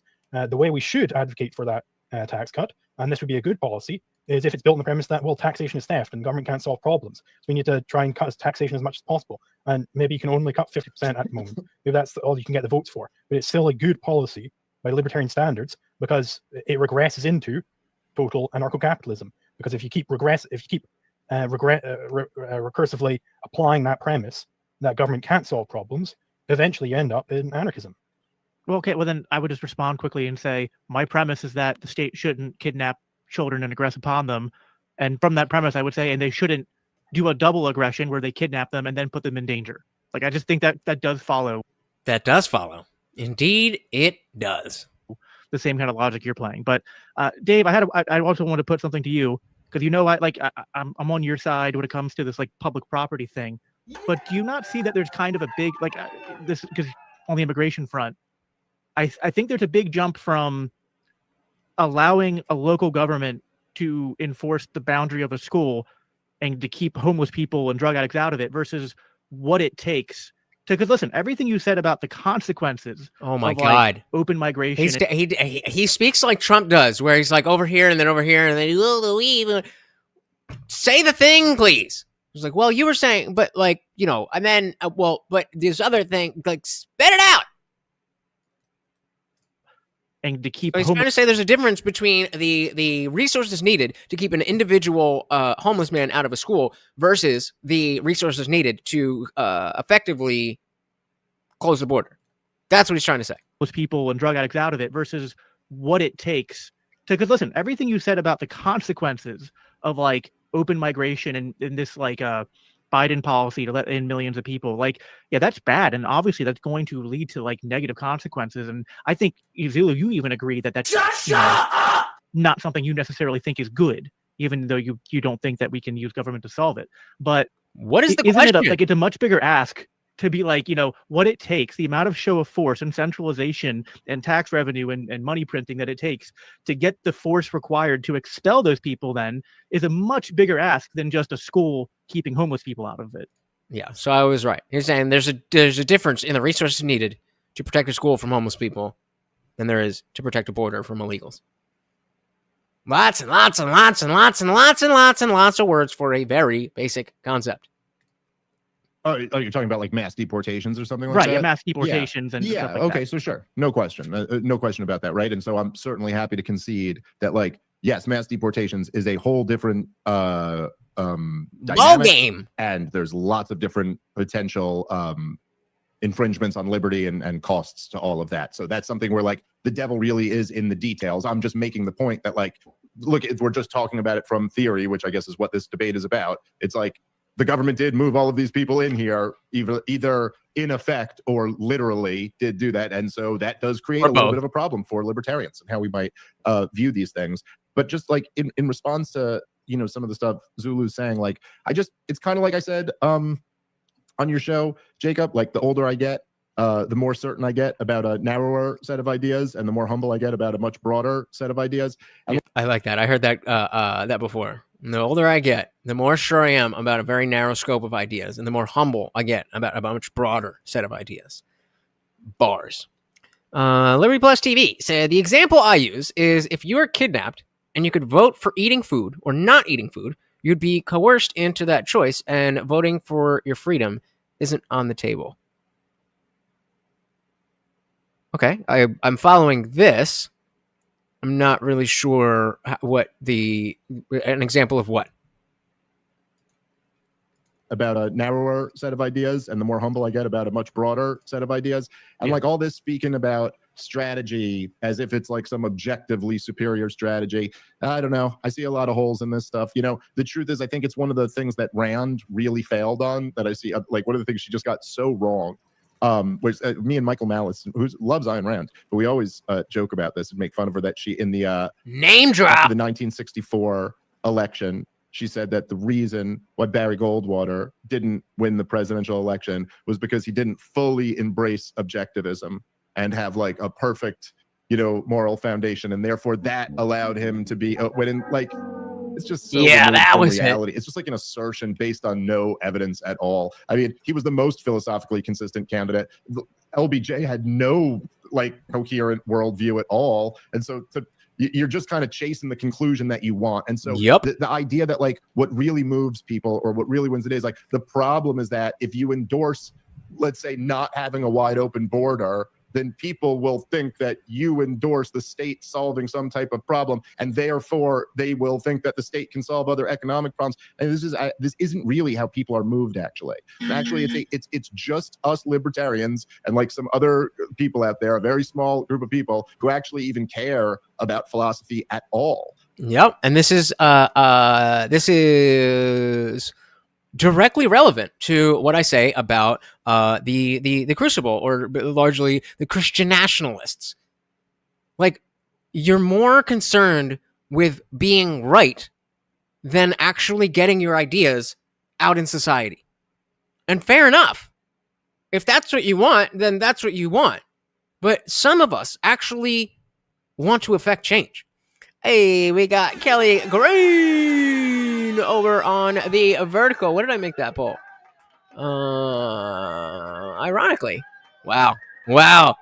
42% of people on the vertical stream said they would not smash the like button because they like torturing kids. Weird. Liberty said there is nothing wrong with looking at what you can accomplish in the short term, and voting for the option that allows you to eat is actually a better move, so you can live long enough to gain freedom. I kind of feel like that's Dave's entire argument and entire problem with Zulu's position. Can you tell me how that is not the case?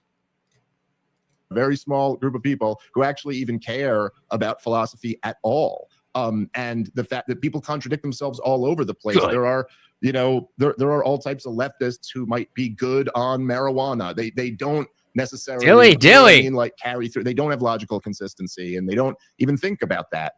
And the truth is that I think that if you're making really compelling libertarian arguments on war and money and guns and, you know, government spending and government corruption and whatever else, but then you also don't adopt the insane policy that we ought to open the borders immediately and let tens of millions of people flood this country and ruin the whole thing, or you don't take the position that you ought to let your kids get tortured to death before you steal $1, I think you're actually much more likely to persuade people on all of these other correct, important libertarian ideas, and much less likely to be dismissed as an out-of-touch kook who cares more about having a perfectly consistent theory in their head than actually seeing improvements in real life.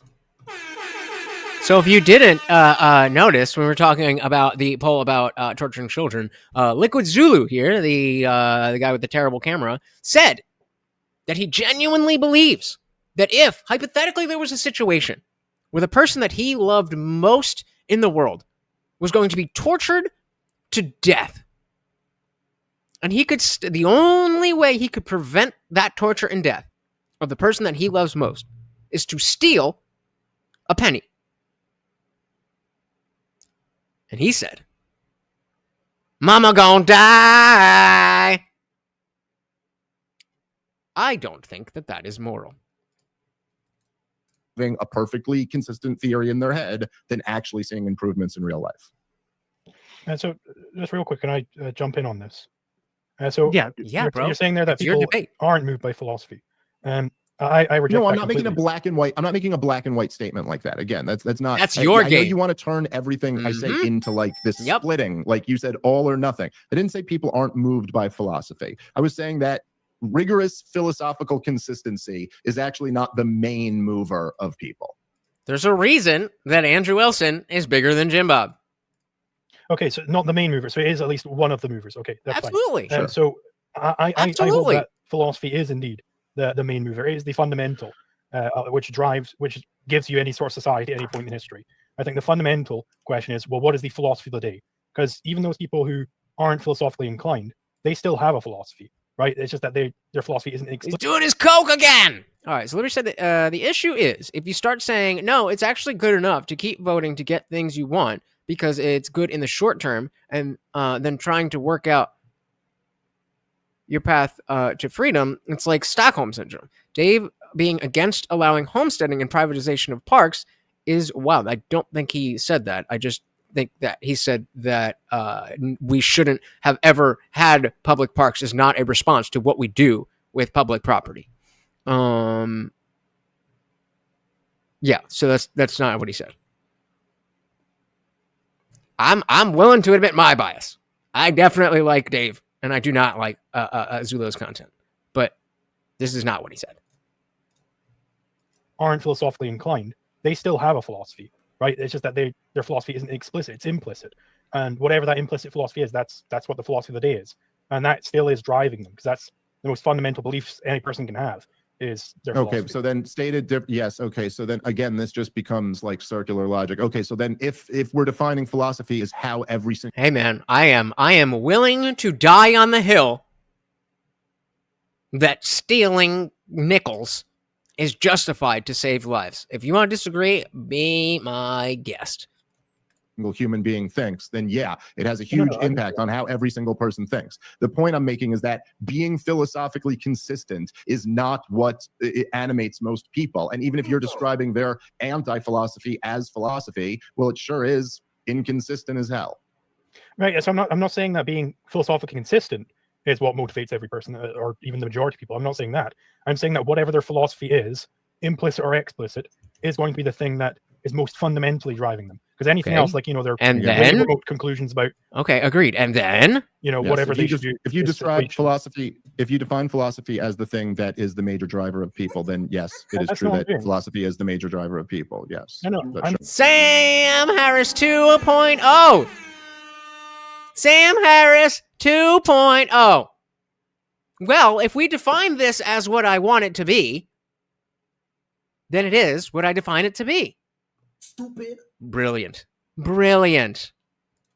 And then driver of people, then yes, it is true that philosophy is the major driver of people. Yes. I'm defining philosophy as the most fundamental, the broadest abstractions that one can make, the most fundamental beliefs that are possible to have. And I'm saying that these distant decisions that they're making way up there, those are actually, they come from whatever philosophy they have, right? Because those are not fundamental decisions. I'm not saying that philosophy is defined as the set of things which drive you. I'm saying that I'm later concluding that philosophy does indeed drive you.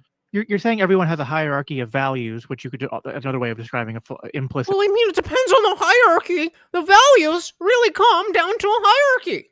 The philosophy, and some people are thinking about those things, and some people are just driven by what the culture or other forces are acting upon them. It's just all whatever. This is all totally irrelevant to the point that I was making. But yes, sure, people's hierarchies of values affect the way they act. I agree with that. I'm saying that being philosophically consistent is not what moves people for the most part, and there's absolutely no evidence to demonstrate that it is. No, I'm moreover saying that. Well, by the way, I'm not saying like within reason that can't, obviously, like to a large degree, that's what I try to do. Like there is something about like presenting that like I have consistent principles on this issue, but like if I just mean taken to the extreme of saying I have this principle that governments can solve no problem, therefore homeless junkies all over the street and open borders and wreck the whole country is not going to have people go, oh, okay, so therefore we have to be consistent and not intervene in the economy or something like that. I just don't think this isn't fundamentally how human beings are moved. All right. Well, And that's exactly what we were saying from the beginning. You are basing this theory that sounds good on paper, but when you add in the fact that people don't operate according to one single principle, then all you have is some good ideas. We mean good ideas. Good ideas are great. But that's not all. And so, hence my and then. Okay, great. You got some good ideas. And then we're running short on time. Well, honestly, I do almost like, look, the real, like, just very quickly, the real answer to that almost though is just like agree to disagree, and you keep doing it your way, and I'll keep doing it my way, and we'll both try to reach people and see which one moves the needle more. You know, I mean, yeah. Well, let's get through some of these super chats, and Zulu, you can try to work in some of the things you wanted to say. all right, guys. God damn. No push-ups for me. Shout out to Equality and Deference. We had Adam with the $2 over here. Who else gave it to? Where's the banner say? There was another 2 somewhere, right? I definitely had. You were tied with someone. Who were you tied with? Oh, you were tied with Equality. Oh, and then of course we had Jennifer, aka Arrow, as the sponsor of the stream. Thank you so very, very much, guys. My goodness. I'm glad we were able to get through the main aspect. I really do see a lot of myself in Dave versus, and a lot of Jim Bob in Zulu. And I think that a huge problem with the Christian nationalist movement, the crucible type people, is a big misunderstanding of how strong Christian ethics actually move people. That if you buy in, then great. But that's a big if. And that was the exact same problem with secular humanism. That if people will buy into secular humanism, well, then it's great. But there's no driving factor. And while there absolutely is a driving factor to do what is good in Christianity, a lot of people don't believe in it. And so it doesn't matter if you have the best ideas in the world. If people don't believe in them, if people aren't willing to adopt your ideas, then you just got some sounds coming out your face. That's it. So big thank you to all of you guys. I know that you guys could be doing anything else in the world. It's a Friday night, party hardy, and yet here you are with me. Dilly to that. Thank you so very, very much for hanging out, guys. Once again, we've got my co-host, the Overlord Morty, over here. And again, I am your host, Lutch, aka the Indian Jesus, here to resurrect the second coming of common sense. If you are new, please do hit that subscribe, guys. I am live every Monday, Wednesday, Friday, 8 p.m. Eastern, and sometimes whenever I feel like it. So hit that subscribe, and YouTube sucks with those notifications. So don't just hit the button. Ring that bell. and you will never miss an Indian Jesus live party ever again. Thank you so very, very much for hanging out. Once again, we've got Morty, and I have been your host, Ledge, aka the Indian Jesus, here to resurrect the second coming of common sense. Until next time, guys, we are out of here. Peace.